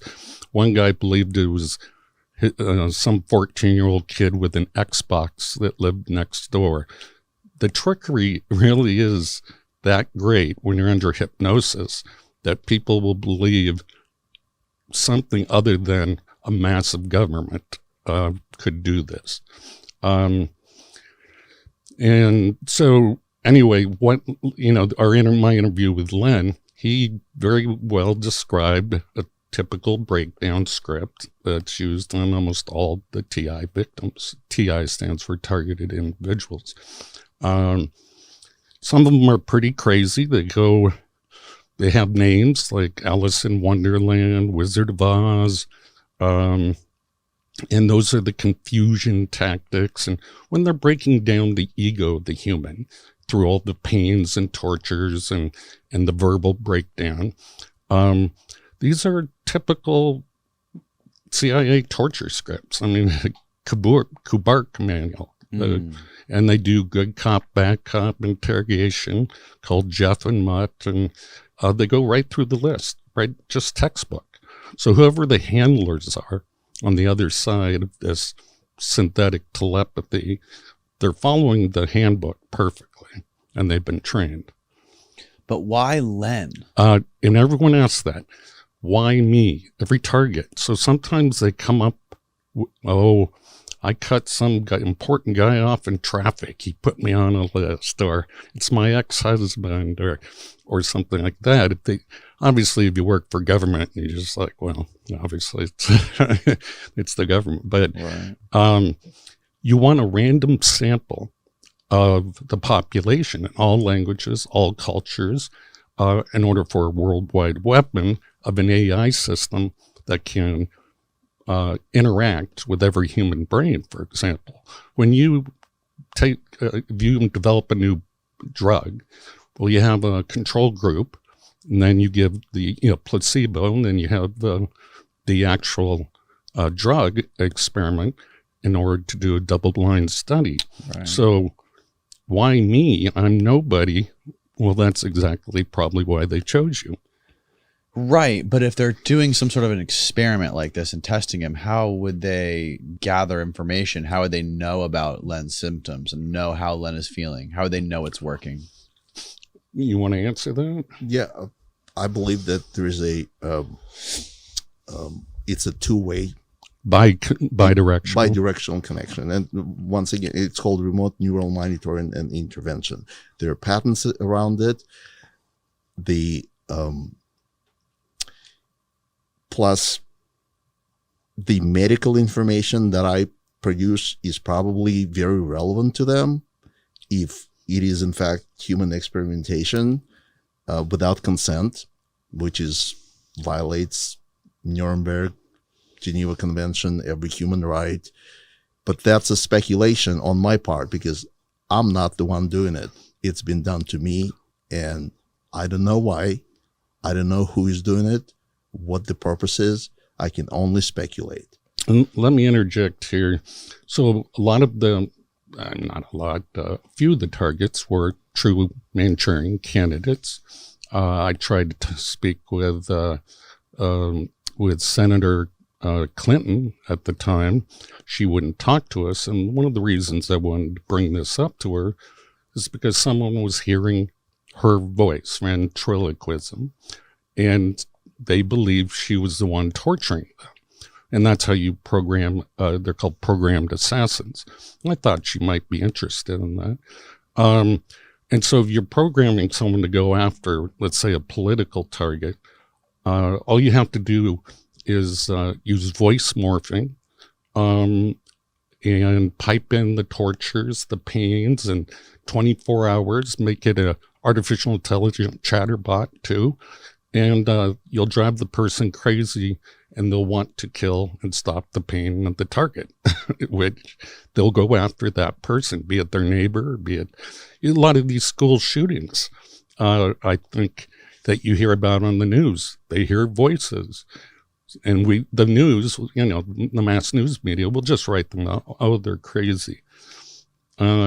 There's a story apparently about people seeing a white van, or what let me just ask you this. What do the people who claim that Havana syndrome is like some fake thing that's like created by schizophrenics or whatever, talking about crazy things, what sort of arguments are they making?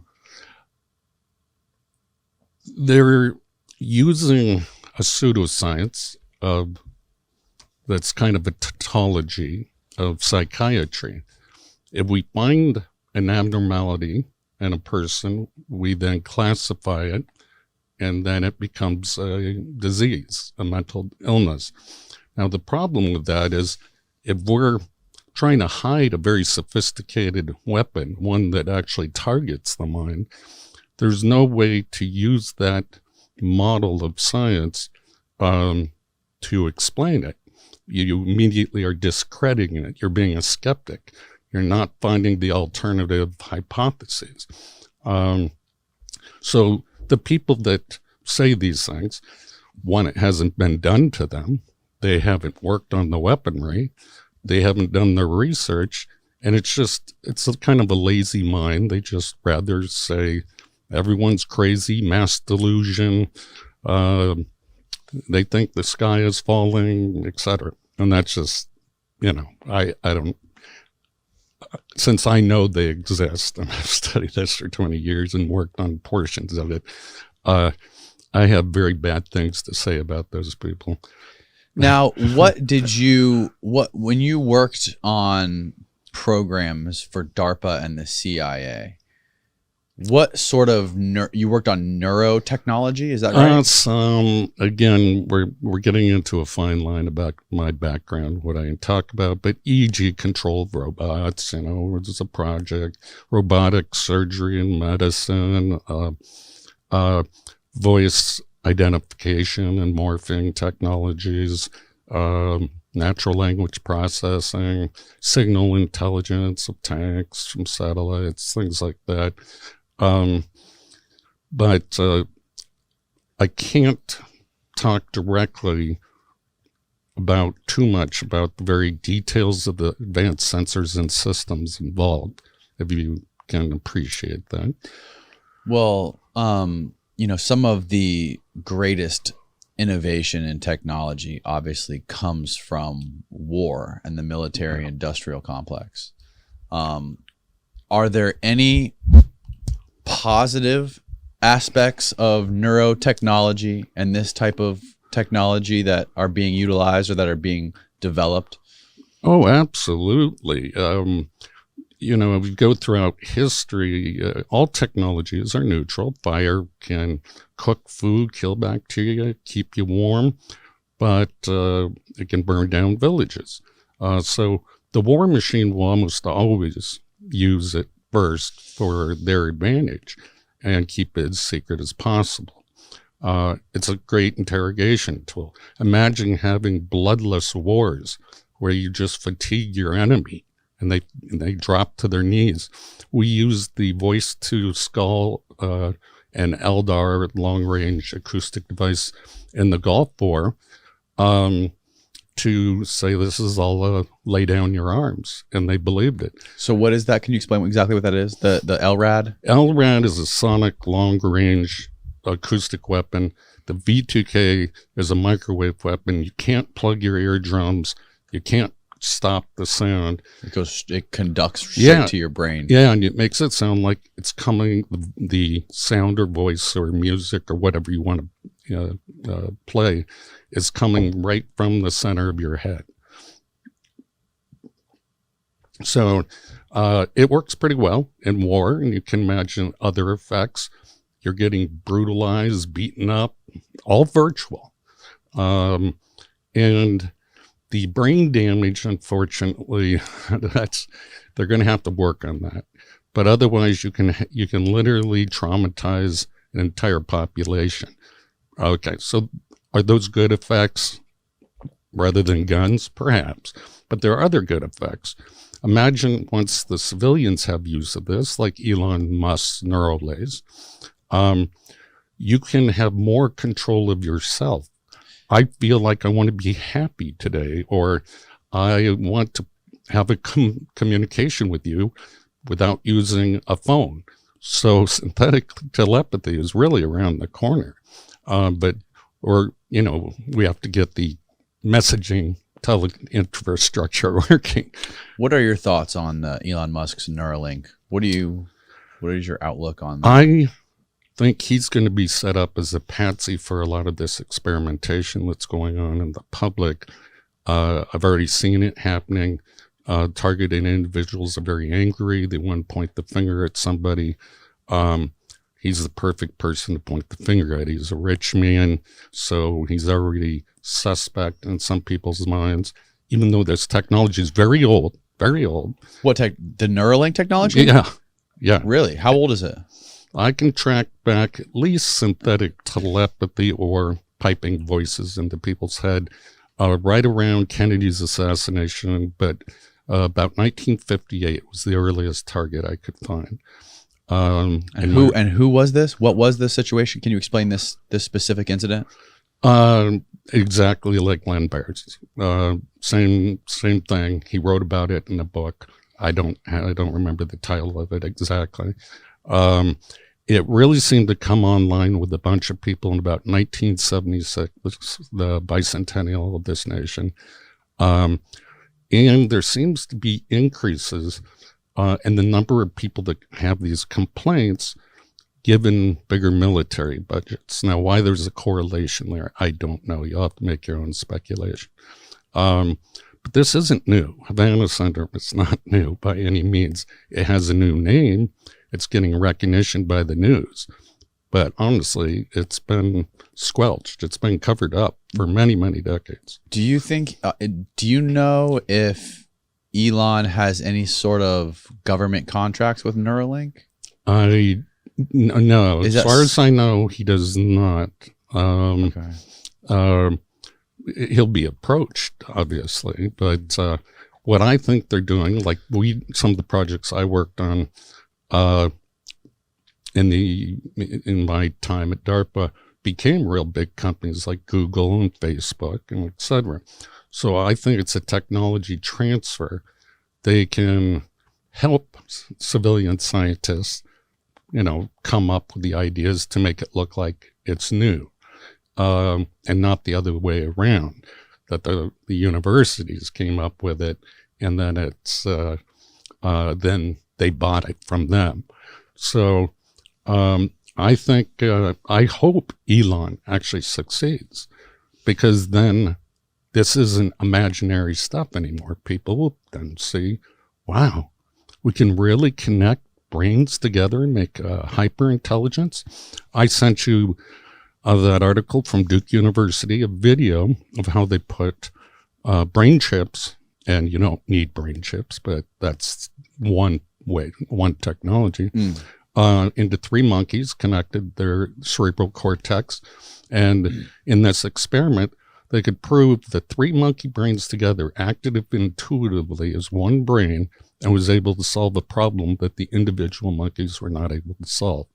And that's a really important finding. Now, can we extend that to an entire population and help solve the world's problems? We can't even fathom what a larger mind would look like. It's certainly not human. Wasn't there another experiment done where they connected like a human and a human brain and a monkey's brain? There was. How do you know about that one? I heard about it. I don't remember where I heard about it. I was a girl. Yes, and an ape. The Army experiment. I think it was in the 60s. I might have heard you talk about it. Well, maybe.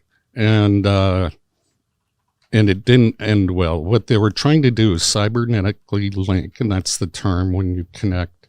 Who was doing this study? It was the Army and one other group, and I can't remember.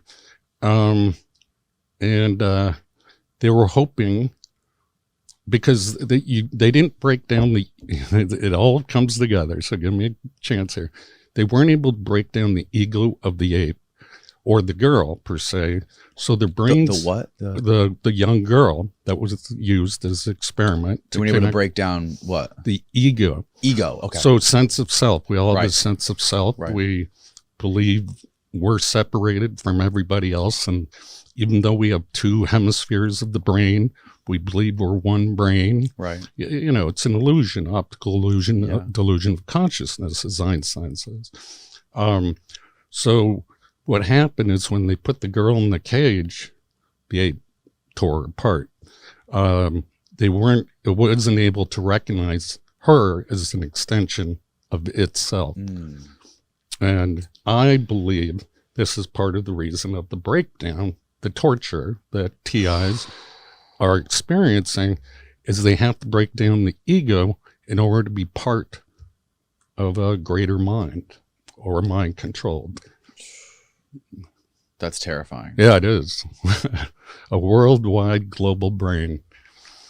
Now, Len, how many people have you spoken with or met that are experiencing the same symptoms that you're experiencing? Hundreds. And when you went down to, was it Miami when you met with the doctor? How many people has he seen that he's diagnosed, and how specifically did he diagnose you? And were there any other neurological diseases that were similar or in the same realm as Havana syndrome? Or did he actually diagnose you with quote unquote Havana syndrome? He diagnosed me with acquired neurosensory dysfunction. Okay. And that's the name of the paper that he published about Havana syndrome. So if you read it, he talks about 25 symptomatic. Maybe you can pull this up, Austin. What's his name? Hoffer. Acquired. Dr. Hoffer of the University of Miami. Yeah. So he examined 25 symptomatic patients, medevac from Cuba, and 10 of their roommates, because these attacks never happened at the embassy. It always happened at the hotel or living quarters, and they were in the same room. They and never happened at the embassy. That's interesting. Never happened at the embassy. So people who experience symptoms, and there could be other people, their roommates, that never experienced it. And so all the people who experienced the symptoms were examined for signs of concussion, and they all had symptoms of concussion, even though they never had any physical trauma to their head, and they all had severe vestibular abnormalities. And the abnormalities were at the level of brain injury, not just variation within the population. Because the criticism was, well, vestibular tests are not really that precise, and some people with anxiety could have vestibular abnormalities, but not to this extent. And Dr. Hoffer really explains it in his lecture, in his paper. Dr. Giordano, who was part of the team, confirms it. Dr. Belband, who did a test of eye movement by applying this computerized method. And this is how they can tell the Havana syndrome type of damage to the brain from a mechanical concussion.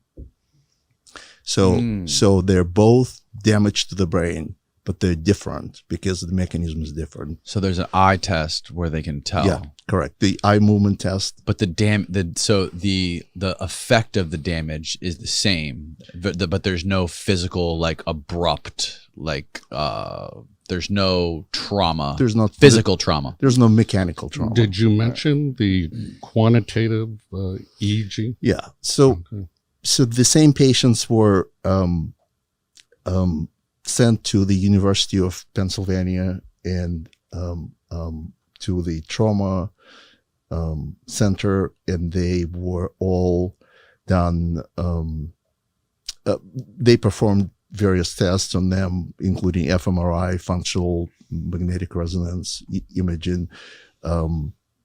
There's specific type of MRI that shows connectivity in the brain called DTI, diffusion tensor imaging, and they found abnormalities that, once again, these specialists see in traumatic brain injury. So the doctors who examined these patients, they all in one voice tell us something happened to these patients, and these are the findings. And the findings are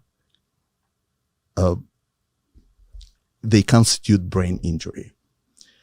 The critics of that say this is psychogenic illness, and it's spread like mass hysteria. People under stress develop these sensations, and they all kind of repeat after each other, and their brain kind of develops these patterns. But none of these specialists, and I spoke to Dr. Bartholomew, who co-wrote a book about Savannah syndrome being mass hysteria, and he admitted himself in my conversation. He said, if there were findings of brain injury, that would invalidate my hypothesis. Right. And so the doctor, but he has never seen a patient with Havana syndrome.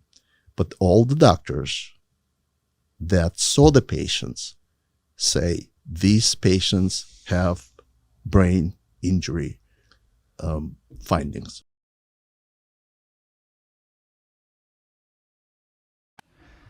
Ladies and gentlemen, it is a great honor to receive this award tonight, named for my dear friend and colleague, Thomas Szasz. As Thomas Szasz wrote years ago, the only true political virtue is obedience to authority, and the only true political sin is independence. Independence renders authority useless, and that is what infuriates it so. You've undoubtedly been told you're mentally ill for daring to say that the emperor called psychiatry has no clothes, not to mention stupid and unscientific.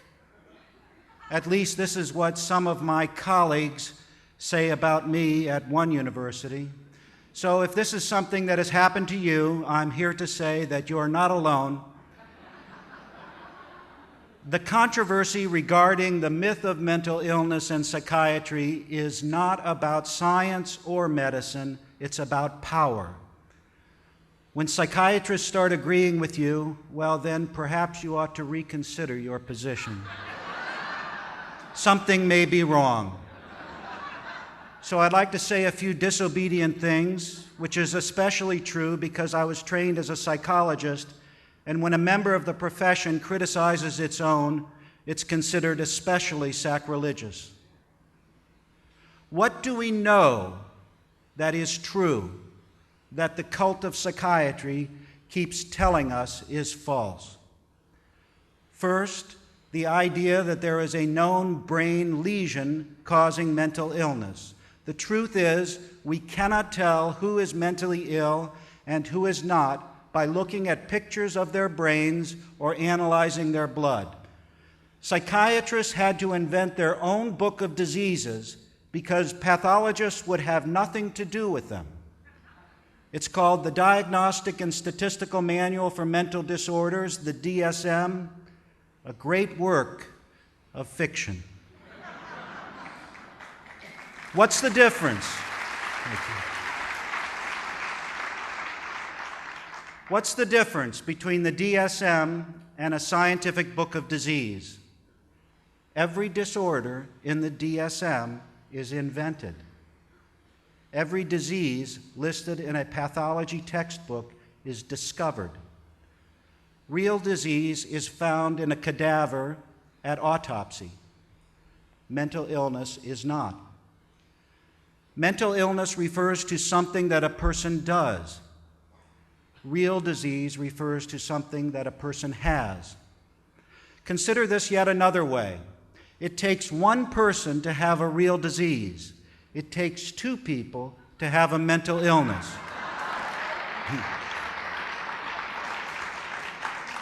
If you're alone on an island, you could develop a real disease like cancer or heart disease, but you cannot develop a mental illness such as hyperactivity or schizophrenia. This is because mental illness is always diagnosed on the basis of some sort of social conflict. When people do something that others find objectionable, they can be diagnosed as mentally ill. If the person doing the diagnosing is more powerful than the person diagnosed, then there is trouble. In this sense, the diagnosis of mental illness is always a weapon. Not so when it comes to diagnosing real disease. Think of how, when people get angry with one another, they inevitably resort to some kind of diagnosis. They say, "You're crazy. You're mentally ill. You're paranoid." Can you imagine somebody getting angry with someone and saying, "You have diabetes. You have Parkinson's disease"? Social conflict has nothing to do with developing a real disease. You don't develop diabetes because someone doesn't like the way you think, speak, or behave. You have to have someone else present to judge that your behavior is morally good or bad in order to have a mental illness. So diagnosis is a weapon, a tool people use against one another, especially when there is some kind of power conflict present. And what of treatment? Treatment for mental illness is punishment. Look at our criminal justice system. When someone commits a crime and a psychiatrist is in the courtroom, a defendant may go to a mental institution instead of a prison. Can you imagine a judge saying, "I sentence you to treatment for your cancer"? I submit to you that psychiatric treatment is worse than prison. For in prison, they don't judge how long people should be deprived of liberty on the basis of what they think about themselves and the world. In a mental institution, of course, this is the case. If you don't think about yourself and the world correctly, you'll be punished longer. Psychiatrists love to say that mental illness is a real disease, just like cancer. The analogy between mental illness and real disease is not reciprocal. It doesn't hold both ways. Having cancer is not like being depressed. We don't shock people who have cancer to make them better, especially if they don't want to be shocked. Consider how melanoma, a deadly form of skin cancer, is a disease here as well as in northern India. If you have melanoma, does it cease to exist if you move to another country, another culture? Of course not. If you're wandering the foothills of the Himalayas and meditating for 15 hours a day, you may very well be called a holy man in India. Take that same person, have him walk across the grounds of the Washington Monument in Washington, D.C., and he's diagnosed a paranoid schizophrenic and committed to a mental hospital. What do you think psychiatrists would do if Jesus were alive today, or Buddha, or Mohammed? Bada bing, right into a mental hospital, injected with drugs to stop their crazy beliefs and speech. Psychiatrists today are the true grand inquisitors. They would crucify the holy men and women of yesterday in an instant. My father was sent from Nazi Germany to America in 1933 when he was about 15 years old. From the time he was sent out of Germany by his family because he was a Jew until his dying day 5 years ago, he had nightmares that the Nazis were persecuting him. He fought against them his whole life, awake and asleep. I used to ask him, "Dad, what were people thinking in Germany back then? What were they thinking when they saw the Nazis parading about?" And he used to say, "Nobody took them seriously. Nobody believed they could ever have the power to do what they did. We laughed at them." Now, while I encourage you to laugh in the face of those psychiatrists who argue that 2 + 2 doesn't equal 4, know too that we must also take them seriously, especially when it comes to the harm they have done to people in the name of helping them. For if we do not, history will repeat itself. We are building a resistance to the psychiatric Gestapo. The Citizens Commission on Human Rights is an important partner in the fight for liberty and justice. That is why we are here tonight, and that is why we will be together tomorrow. Thank you.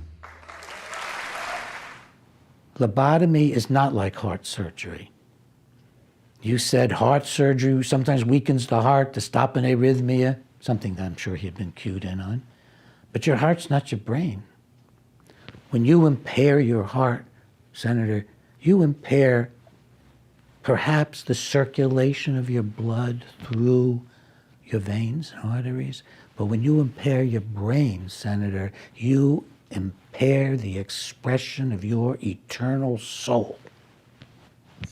And then there's psychiatry. You know, there's the whole field of psychiatrists, which we really have to tackle. We have to hold psychiatrists responsible and accountable for these misdiagnoses that they are happily handing out, which are absolutely false. They need to be put on the spot.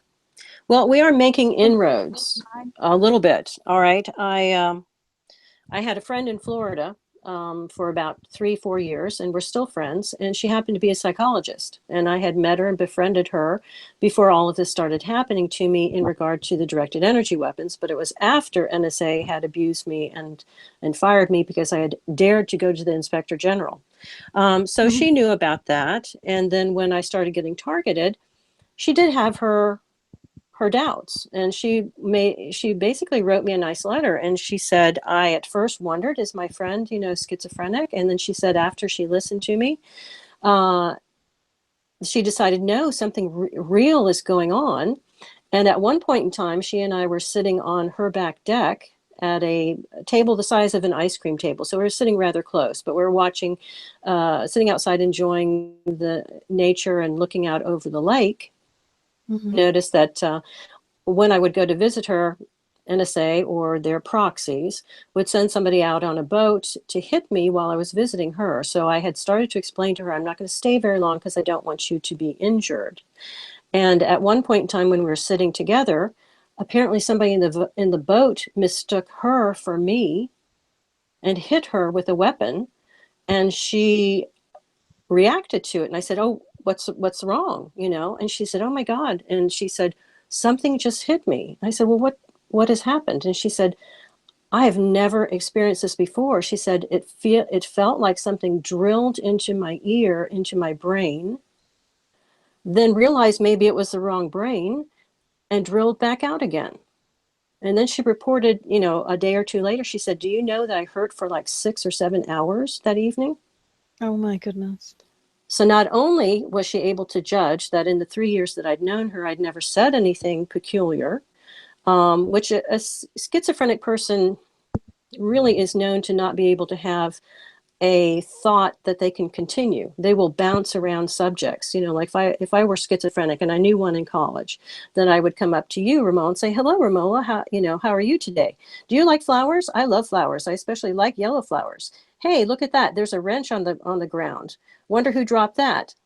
Oh, did you see that bug in the air? They just cannot follow any type of logic in how they communicate with you. So do any of us sound like this? I don't think so. So they're trying to put that label on us is unsound medically. And I think they know it, but they're desperate to not be shown to not know anything about this. So they grab the first tool available and, oh yeah, schizophrenia, that's it, And so they're being dishonest. This is an ego thing. They don't want to say, I don't know. So they say whatever they think might fit and blow people off. Oh, it's schizophrenia. Okay, thanks a lot. Bye. And then they won't be shown to not know what they're talking about. Yes, exactly. Millicent, did you want to comment on that? I do. I was visiting actually with 2 employees at a domestic violence center in Ohio, and I began to be hit. And I don't know what happened with my mannerisms, but they could tell it. And one of them, actually, she was the supervisor. She said to me, is he hitting you right now? And I said, yes, he is. And she said, well, I can tell it. And the other lady that was with her says, yes, I can tell it too. And I asked them if they would please document that they could see some change because I was being assaulted. Uh-oh, we lost your. We're losing your audio, Millicent. Yeah, the other thing that was significant is, Romola, when you were mentioning the involvement of the police department, that the Mount Pleasant Police Department had 4 former military employees on that force when I was being so harassed by some, but very believed and documented by others. But it wasn't until I actually filed the lawsuit that I discovered. One of them actually told me, the police investigator actually told me that he was a Marine. The sergeant who talked to me the most told me that he had helped the CIA do LSD experiments on the Vietnam veterans when he was in Marine intelligence. But it wasn't until after I filed the lawsuit that I found out that the female part of that force, who was actually the domestic violence representative. So you see, there were, all of them were familiar with the weapons, familiar with the technology. And I actually then came across a newspaper for the town that announced in 2009 that they had acquired a non-lethal weapon. So it's not unusual that the police forces are chock full of former military veterans who actually know about and maybe even have training in the technology, because I do know that some documentation through research that police departments can also stop an engine from running. Well, that's with military technology.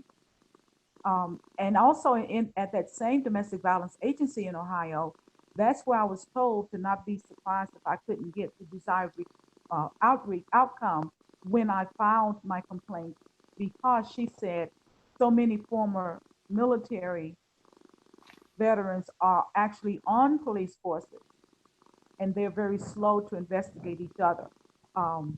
At the same time, I had a Navy chaplain tell me that it's called fraternization, what they're doing. So he said to become very familiar with military law so that you can file complaints there as well. So those are the 2 things that I wanted to add to what was being said while y'all were making those the comments earlier. Mm-hmm. But specifically when Karen said that the doctor that she was with could actually feel the assault because she was mistaken for Karen, it was important that I add that that was just one of the events or the occasions that people could see that I was being assaulted based on my reaction. Yes, and I think we've established definitely, Dr. Nick Biggert has written about it, and I've explored some of that in my articles. There have been memoranda of understanding between the Department of Defense and the Department of Justice to permit the use of certain classified non-lethal weapons by local law enforcement. So that information is actually not being shared with the general public. And I know ACLU recently has been doing some work in trying to get a list of what weapons really are being, what devices are being used for surveillance. I also did a bit of that. I did a FOIA with the Massachusetts Fusion Center to find out what surveillance weapons were being used on the streets. And they wrote back saying no responsive documents. And actually what they really said was, we can't share information for reasons of public safety. Can't share that information with me, a journalist. So if they don't want to share it with, a writer and a journalist, that really means they don't want the public to know what they are using. Yes, because if they were honest and told the public, by the way, the non-lethal weapons can be lethal, and if we abuse them, they certainly can be lethal. And even when we're using them the way we're told to, we may accidentally kill a few of you, or we may accidentally severely injure you. But they want to go with this non-lethal lie. Mm-hmm. There are so many lies, and that is most definitely one of the big lies. Non-lethal. These weapons are in fact lethal, as Paul David Gobatz has come forward to establish for us, and as many others I think have said. It's in terms of measure of usage, right? Measure of intensity of usage that determines lethality. Yes. length of time and the strength at which it's used. I mean, if you take a radar gun, which is not generally considered a weapon, and you sit outside the wall of somebody's home, outside their bedroom, and use it on them all night, you may be able to kill them. Now, if you're caught having done that, would the police really say, gee, you know, a radar gun isn't actually a weapon, so the fact that you killed somebody with it doesn't count? You know, but that's what they're telling us. That's one of the huge lies and deceptions that has been put forth here, and that's being kept under wraps. The fact that non-lethal weapons are in actuality lethal, but are being attempted to be used non-lethally in lower increments of intensity and duration. Right. Well, they're telling people it's okay. They're non-lethal, and it's a lie. The defense industry has become a major player in the domestic homeland security market, estimated to be worth over $20 billion in goods and services.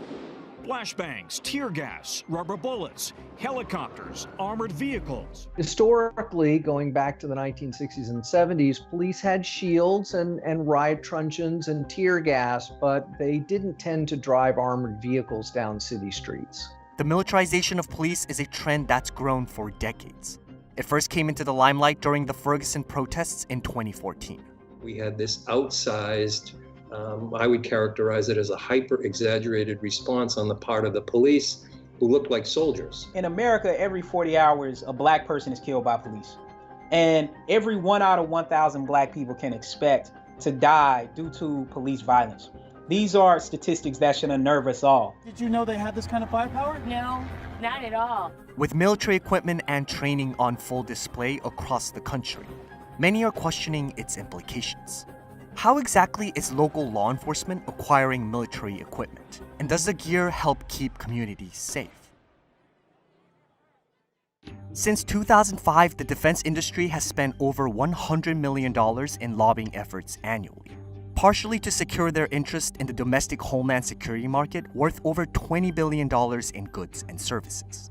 Their contributions play a major role in maintaining a steady flow of militarized equipment to local law enforcement. Certainly vendors, companies that manufacture the technology that the police are purchasing are profiting from this. The police, obviously, they're not in the business of profiting from private acquisitions. We've seen extensive lobbying from defense industries who produce educational videos for police, who are spending hundreds of millions of dollars to directly lobby Congress for defense spending, but also for these police programs. The police also have their own lobbying organizations that work towards securing budgets and equipment for local law enforcement. The National Fraternal Order of Police is one of them, and has lobbied in favor of federal grants that are responsible for the militarization of police. It's really a variety of homeland security grants administered by the COPS office, the Department of Homeland Security, et cetera, that have allowed departments to directly purchase military-grade equipment. And this has been essential to stimulating a domestic law enforcement market for military contractors. In some cases, the folks who provide the equipment actually directly assist police departments in making these grants. There's even a website that is sponsored by these defense contractors and other providers of police equipment to aid departments in the production of these grant proposals.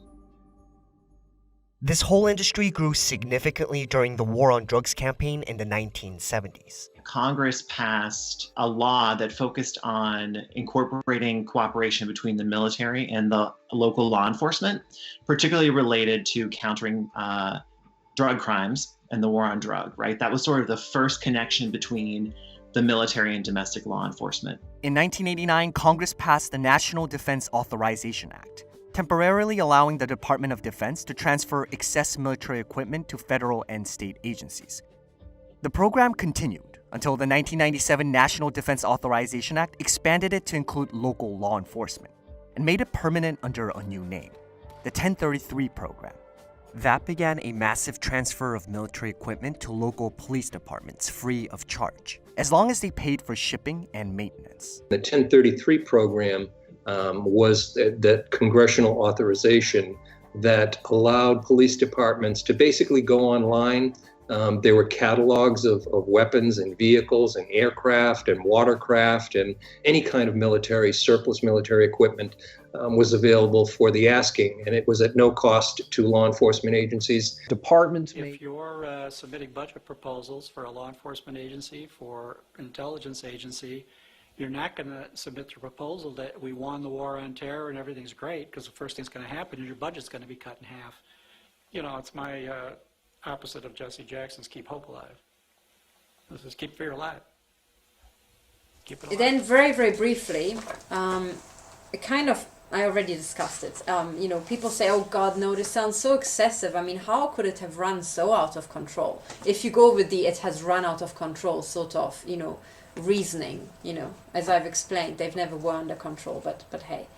Then you just say, well, if you know, if you had to portray it such that this is literally the first time the intelligence agencies have run out of control, yeah. Then you say, well, it's because it's a pyramidal hierarchy. It's because 1 to 5% are psychopaths, you know, and there's plenty of documentation for that. And then these psychopaths migrate to the top, as I've shown in my video about, you know, pointing out capture and capture by psychopaths. And then you have on top of that compartmentalization. So, you know, there's no correctional force within the system because one department can't really see into another department, you know, lower down or on the ground. Then you have this thing called need to know policy. So the people on a certain task, on a certain job, will only be told what they need to know. And then you've got, of course, the Official Secrets Act for total opacity towards the outside world. Well, with this configuration, you end up with uncontrollable maiming and murdering by design. Because as soon as you've got a psychopath at the top, they will just do that for laughs. Do you see? Even without the incentive of weapons testing or earning money from the arms industry. So this is by design. It's like it's essentially the intelligence agencies and these shit legacy systems are like having a chainsaw or a lawnmower or something with fast rotating blades like a lathe, you know, industrial lathe, and absolutely no safety mechanisms. Like no safety catches, no safety covers, just like openly rotating blades, you know, in an engineering equipment. Well, any engineer who looks at that and thinks, okay, hang on, this is a system that can potentially kill and maim. If you don't put in some sort of safety device actively trying to prevent maiming and murder, then someone sooner or later will be murdered and maimed by this sort of system. But what you have to understand is that human systems are exactly the same as engineering systems. If there's a problem or a potential problem, you have to put in safety catches. If you don't put them in by design, it's just a question of time until that eventuality, you know, comes into being. It's just a question of time until an accident happens. You see, so it's not a surprising thing. Oh yes, and then also if you want to, you know, give other examples to people who are, you know, are worried about, oh, how can a system like that run so out of control? Then stay in the security area, because that's the sort of kind of the personality of the people, you know, it's kind of like the same.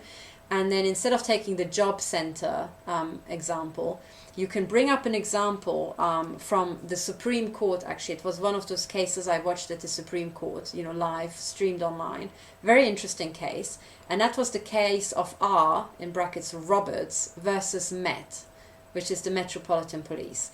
And what this was about is essentially, I think, a lady called Roberts, who was, I'm not sure if she was a black lady, but she was certainly part of, I think, a minority, who was really annoyed by the stop and search, by the indiscriminate stop and search that was rampant in the UK. And essentially, before the regulation was tightened, stop and search without suspicion, I should say. So this is stop and search. Sorry, for those who are not from the UK, this is the kind of the police was given the right to stop and search absolutely anybody without suspicion. Okay, so they didn't even have to have a justified suspicion about it. It was just, oi, you, or just stop you and just search you. Okay, but they did have it, so I think this was stop and search without suspicion. And the stop and search, when it was first brought in without regulations, so essentially without safety mechanisms, there were 100,000 cases of stop and search, I think, per year. 100,000 cases, and needless to say, the stop and search didn't really turn up a fat lot. That was the problem. Essentially, the minorities that started complaining, and essentially it was Asian and black guys saying why we're being stopped all the time, and it kind of looked really much like, somehow like discrimination, because I bet you that the number of stop and search was not the same in Mayfair as it was in Croydon, I bet you. And really what they should have done is actually Westminster would have been the perfect, place, a total hotbed of drugs to really just like clear out with stop and search. Like anybody who comes out of the UK Parliament should have been just stopped and searched and tested for drugs. Really, I think the country could have been revolutionized within a month. But that's not how it went. They were, harassing people in Croydon and in all these places, so... as always in Peckham, and you can imagine. So these people complained, were not heard, but eventually so many people complained that they tightened the regulation, and it went from 100,000 cases to 200. And I still have to hear the person, maybe from the Met, who says, dear God, since we stopped having stop and search without suspicion, our crime rates exploded.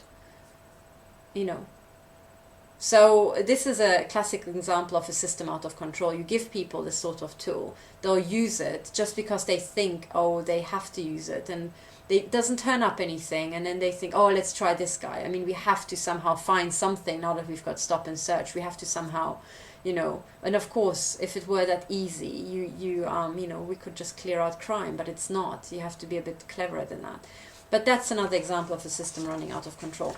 And then finally, I know I've been going on for a long time. They also say things like, the intelligence agencies are, really professional people. They would never do such a thing. When at that point, you just refer them to the archives, maybe to the declassified archives, and you say, okay, let's go through the list. Every decade of the 20th century, and let's look at the abuses, and I bet you, I'm not the most informed because frankly, I'm up to here with the intelligence agencies, but you can do the exercise yourself. I just quickly scanned and put together all the stuff that I, could find very quickly. So starting in the 1930s, say, because I didn't really have, any time nor inclination to try to trawl the net or libraries for information going further back. But in the 1930s, I remind you, we had the Gestapo, right? That wasn't very nice. Meanwhile, in the US, they had the Tuskegee experiments, where they, I think this is how it's pronounced, right? Tuskegee? Where they, as I understand it, were infecting black men with syphilis and then watched them degrade as part of this illness. But they infected them on purpose with syphilis. How sick is that? In the 1940s, we had the Gestapo really going properly nuts. And then I think already in the US, they had MK Ultra. They also had Project Paperclip, where they took all the Nazi scientists and brought them to the US.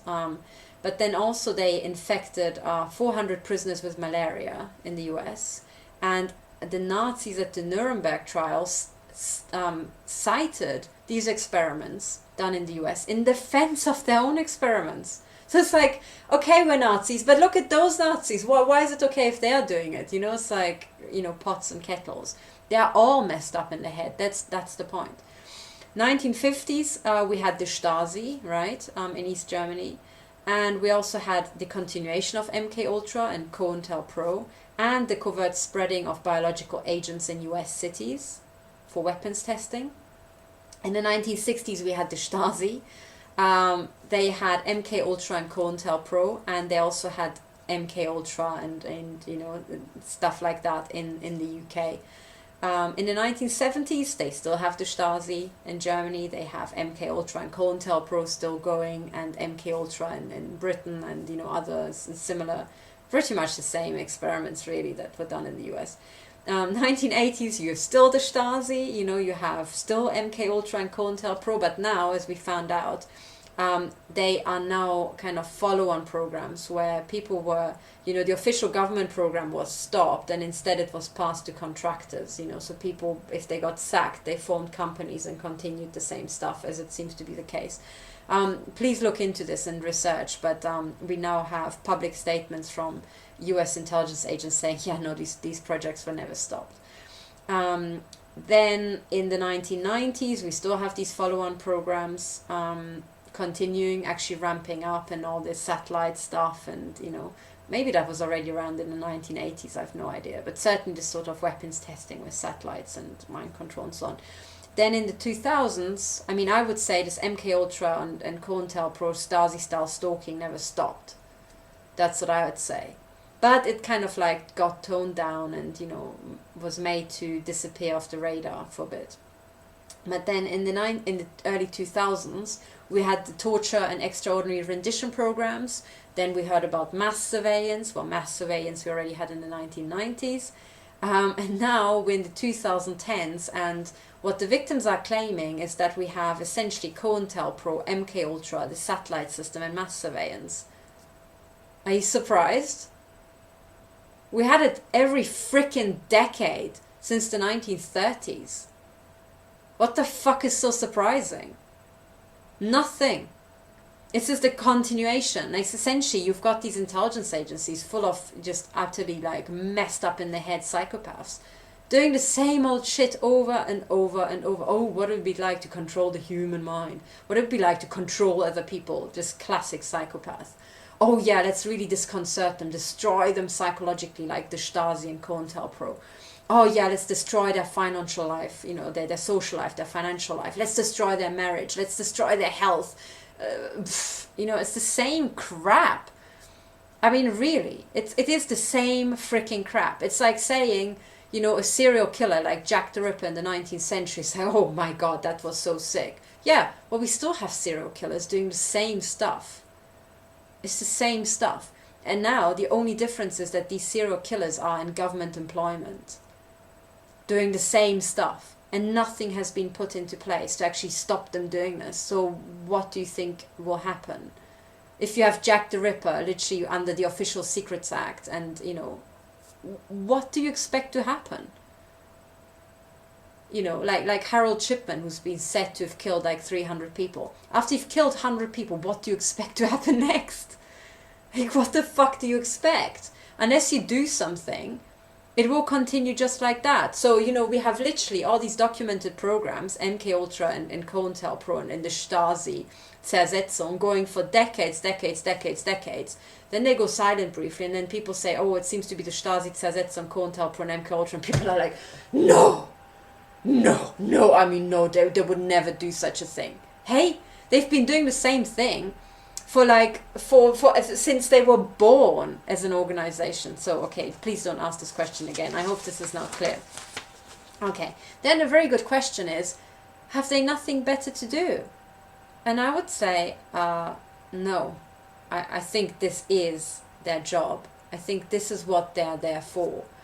That's why it's secret. Because if it was all kosher, or all okay, or all halal, or whatever you want to call it, then it wouldn't have to be secret. Do you see? So as soon as you've got a secret service, you've got a criminal service. You see, it's just that putting, you know, like the criminal intelligence service, it just doesn't sound the same, you know, so they say the secret intelligence service. But this is what it essentially means. The secret services are the criminal services. They are the services, you know, provided to governments and cartels doing the criminal stuff. And essentially what this battle is, the victim saying, we really want these criminals stopped now. I guess what all the victims, and I think everybody who's got their head screwed on in society, should be saying is that in the 21st century, after now, we can go on trying to conquer each other's countries, or we could just shut these criminals down. Maybe we could just have a police force, a publicly accountable anti-terrorism unit, or we could just call it like organized crime unit, publicly accountable, and we could all do away with the secret services, because as soon as a country has got a secret service, it is signaling it has a criminal service. We provide criminal services. If they weren't criminal, they wouldn't have to be secret. And whatever these people are doing, it's going to be criminal. Because if it's just a normal police force and they think you're doing something criminal, then okay, they might be able to just survey you for some time. If it's publicly accountable, fair enough. End of story. Why do you need a secret service? And then you realize that any sort of espionage always will be somehow getting hold of the intellectual property of other countries. And then you can say, yeah, but you need the secret service because another country might be like developing weapons that you don't keep up with. Actually, there's a systems analysis argument to say that the fastest development, the most resilient, and the most, really, but it's about speed. So the fastest development is really the transparent development. Because then everybody's got the same information, it's all transparent. And then everybody can contribute to just kicking the ball a bit further. So public development, unless they are really ginormous, I'm using ginormous again, massive monetary imbalances, publicly, no copyright, just open, free, add to it as you like, and copy and replicate and make better as you like sort of development is actually the fastest, the cheapest, and the most competitive. And I think I can show that also using systems analysis. The reason why, for example, the arms industry and the space races and stuff like that seem to be just so ahead of time is because the actual money pumped into them is by a large margin, by a by orders of magnitude more than what's pumped into public research. And that's why it seems that, these sort of things are so much more advanced, and secret development is so much more advanced. It isn't. Literally, if 9 billion people can contribute, and you just always say, this is where we're up to, can you take it further? And then, okay, you do this, I do this. We make everything public, so that as you have the ideas, you can add to my project, your project. That's actually the quickest way to do things. But currently we have the situation that these countries are all stuck in the old paradigm, and they're like, oh, no, they are actually, they are developing weapons, so we have to develop our weapons in secret. And actually, what's going to happen is, because every country knows that a secret development is going on, they are spying, watching each other like hawks.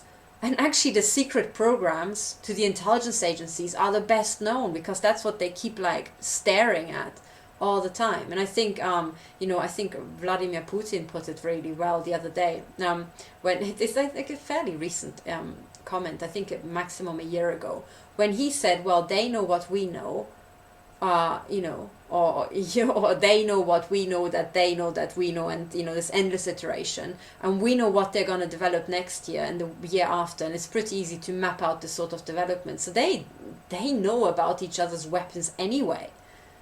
So why not just make it transparent?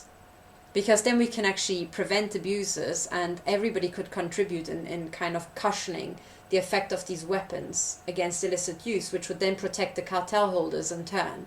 But this is kind of like a complex reasoning that's, I think, way beyond most arms dealers and most heads of intelligence. But ultimately, this is how it is. So right now, we're with these legacy systems where secrets like shh, and actually the most secret projects are the most watched, by professional saboteurs and intelligence agents. So what the hell? I would maintain that if you've got a shitty, crappy little project in some back door of a university, you've got more chances of it not being known than some top cutting-edge research project, for the arms industry. I think that's just what it's like. But there we go.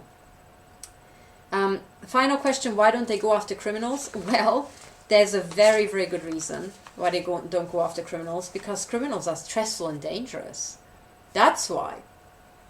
You know, if you're actually a stalker and you have to stalk a proper organized criminal who's a real psychopath and doesn't have a problem with getting his heavies, you know, putting a bullet into your head or having you swimming at the bottom of the Thames, I mean, it's a pretty stressful job to have, to kind of tailgate those guys, you know.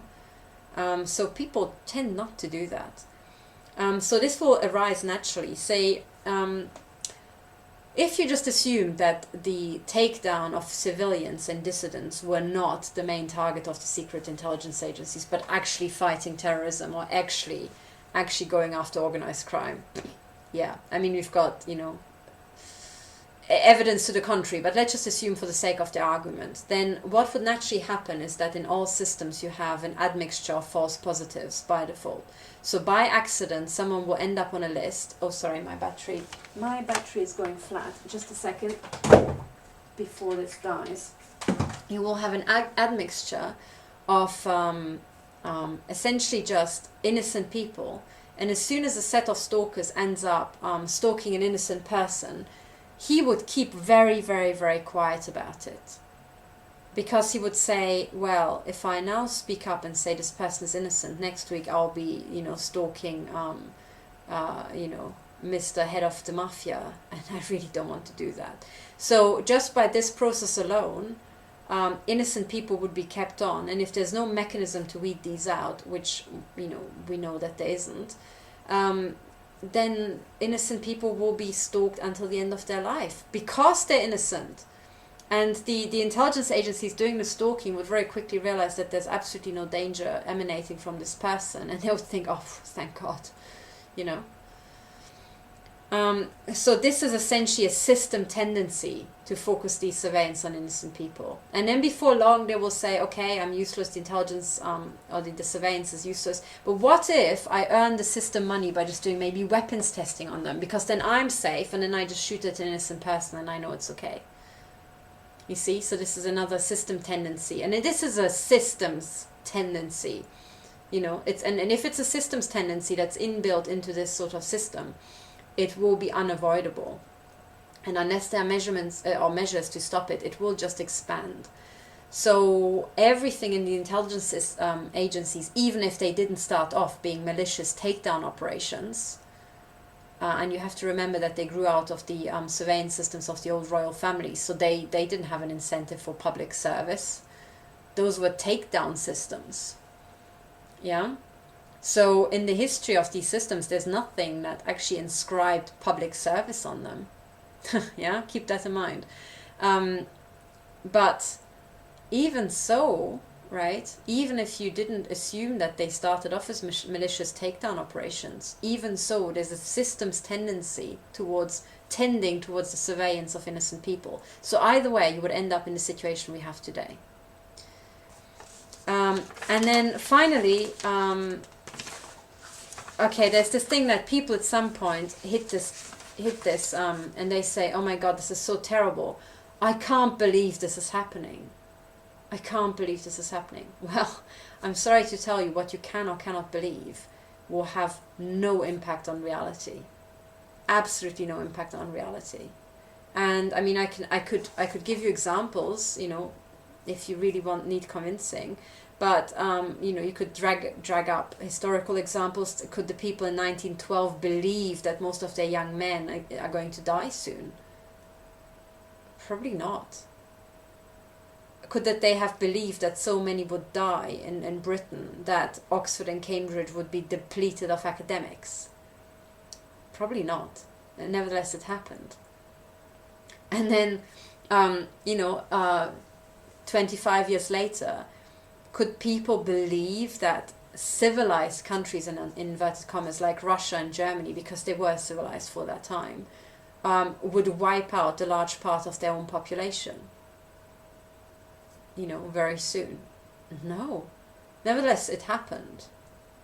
Okay, and then taking more recent examples, right? I mean, could you have believed that thousands of people would be murdered in you know, in 9/11 the week before? No, I don't think so. but it happened, and many, many, many other things. I mean, could you have believed that the BBC would announce the collapse of, World Trade Center 7 ahead of time and live on television, and then pull a straight face for 15 years after that? I couldn't have believed it before, yet it happened.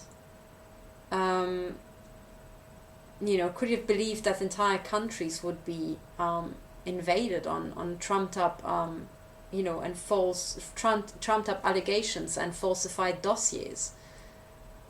I mean, it happened, right? We know it happened.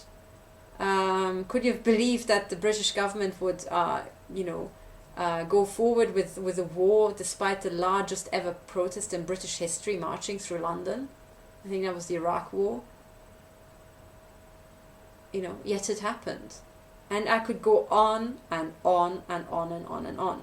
So, what you can believe, what you can or cannot believe, has absolutely no bearing on reality. The violence and exploitation which has long defined imperial projects now defines existence at home. For empires, in the end, cannibalize themselves. The tyranny we long imposed on others, we now impose on ourselves. The dark pleasure derived from exploiting others is all that is left. As Nietzsche wrote in On the Genealogy of Morals, let's clarify the logic of this whole method of compensation. It is weird enough. The equivalency is given in this way. Instead of an advantage, making up directly for the harm, hence, instead of compensation in gold, land, possessions, or some sort of another, the creditor is given a kind of pleasure as repayment and compensation, the pleasure of being allowed to discharge his power on a powerless person without having to think about it. The delight in de faire le mal pour le plaisir de le mal, doing wrong for the pleasure of doing it. The enjoyment of violation. This enjoyment is more highly prized the lower and baser the debtor stands in the social order, and it can easily seem to the creditor a delicious mouthful, even a foretaste of higher rank. By means of the punishment of the debtor, the creditor participates in a right belonging to the masters. Finally, he himself for once comes to the lofty feeling of despising a being as someone below himself, as someone he is entitled to mistreat, or at least, in the event that the real force of punishment, of inflicting punishment, has already been transferred to the authorities, the feeling of seeing the debtor despised and mistreated. The compensation thus consists of a permission for and right to cruelty.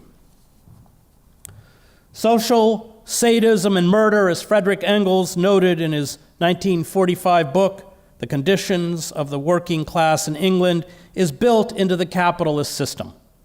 The ruling elites, Engels writes, those who hold social and political control, were well aware that the harsh working and living conditions during the Industrial Revolution doomed workers to an early and unnatural death. The formation of unions and socialism were in direct response to these malevolent forces.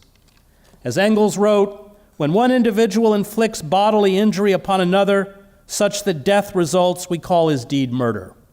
But when society places hundreds of proletarians in such a position that they inevitably meet a too early death and an unnatural death, one which is quite as much a death by violence as that by the sword or bullet, when it deprives thousands of the necessities of life, places them under conditions in which they cannot live, forces them through the strong arm of the law to remain in such conditions until that death ensues, which is the inevitable consequence, knows that these thousands of victims must perish, and yet permits these conditions to remain. Its deed is murder just as surely as the deed of the single individual. Disguised, malicious murder. Murder against which none can defend himself, which does not seem what it is, because no man sees the murderer, because the death of the victim seems a natural one, since the offense is more one of omission than of commission, but murder it remains. The ruling class devotes tremendous resources to mask this social sadism and murder. It controls the narrative in the press. It floods our screens with friendly, feel-good images and propaganda perfected by the public relations and advertising industries. These electronic hallucinations distract us from the limitations of our own lives. They obfuscate the fundamental nature of corporate capitalism. They attack our self-esteem and create an embarrassing self-consciousness about our appearance, social standing, and bodily functions.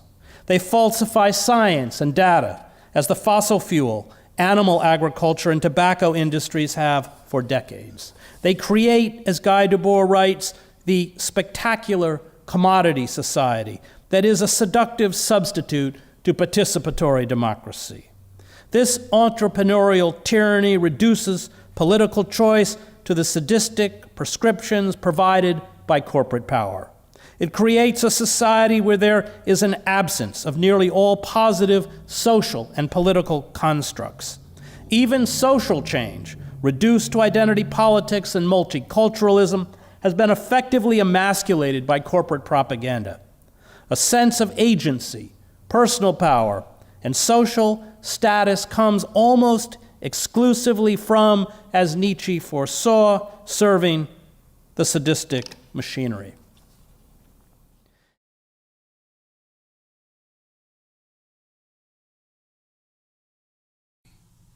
What does unlimited access to the human mind mean that you have not yet considered? The billions of dollars spent on these programs are not an exercise to see how much money they can spend. There's a purpose. What are the implications of access to every thought, every word that enters any mind on earth? It is the ability to know your computer password. It is the ability to know your bank account number and the balance. It is the ability to know your home security system password, making it impossible to detect intrusions when you're away. It is the ability to know your plans for a business startup, your invention, and all the steps you have planned to bring them to market. It is the ability to know your plans to buy or sell stock and the rationale for each action. It is the ability to know your favorite position in bed and who you would prefer to have to share it. It is the ability to know what you will testify in court, and more importantly, what you do not want to say. It is the ability to know what you really think about your mother-in-law, your co-worker, your boss, or your neighbor. It is the ability to know what you did last month, last year, or what you plan to do in the next 30 minutes, next month, or next year. It is every thought that you ever have about anything, every word that you ever say, every sight that you ever see for the rest of your life. The human mind has no firewall.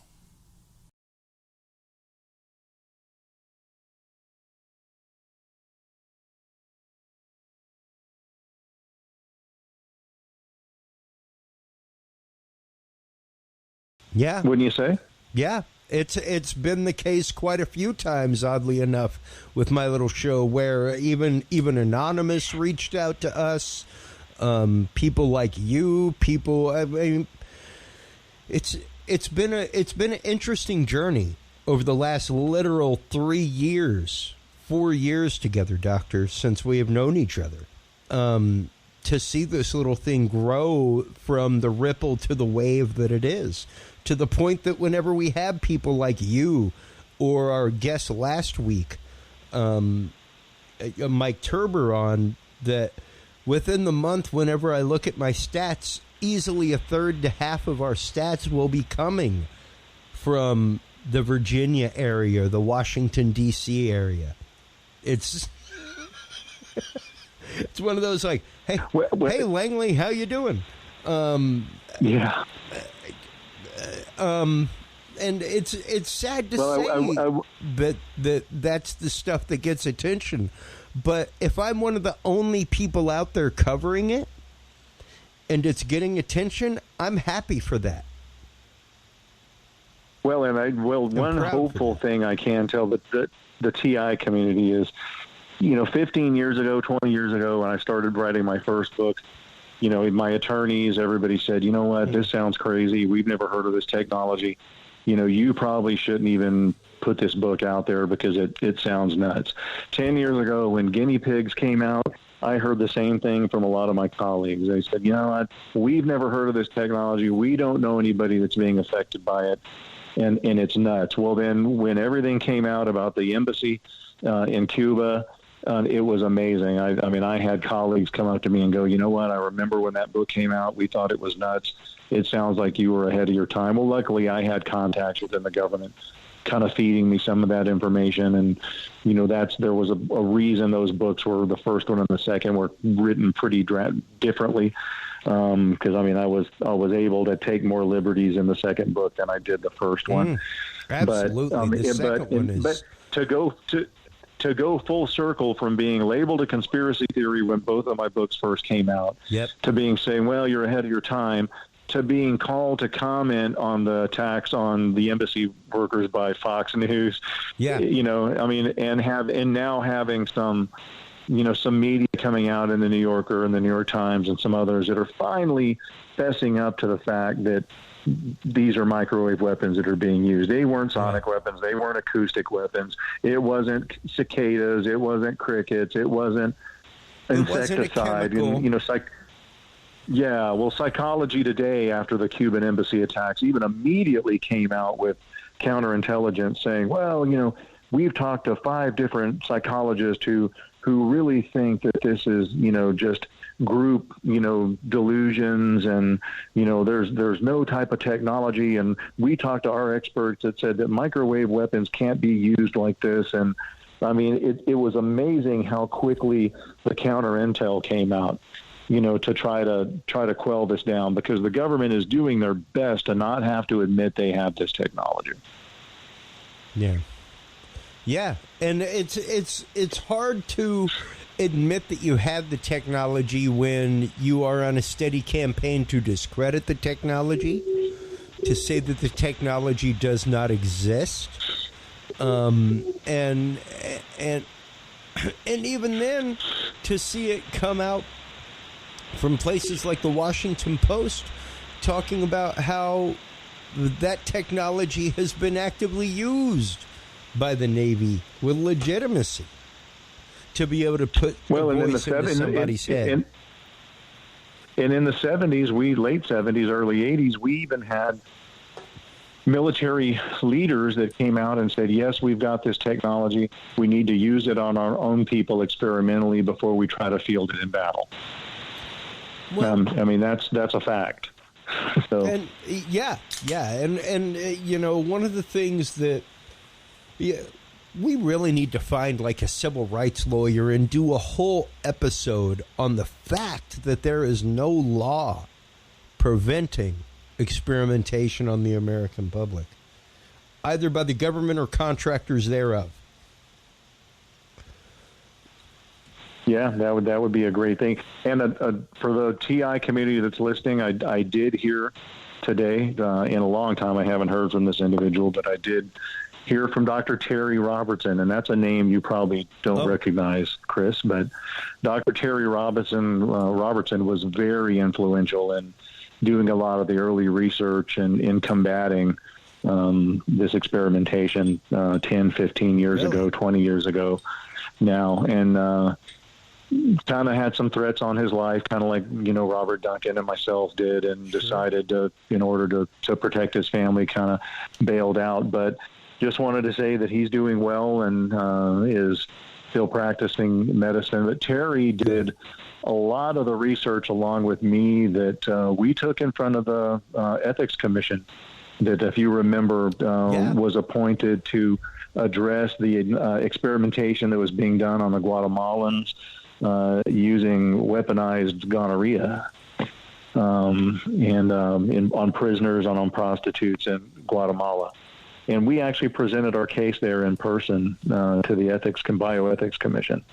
And of course, a lot younger and a lot more naive, and didn't realize that the Bioethics Commission was actually set up with government bureaucrats who are just as guilty as anyone else in the government as far as ignoring this and already knew it was going on. So, but just wanted to reach out there and say, hey, Terry Robertson's doing well, and he really was an invaluable part of the research early on in this. So good. And I mean, it's fantastic to hear that those folks are still out there, still doing well, because they themselves, you yourself, Dr.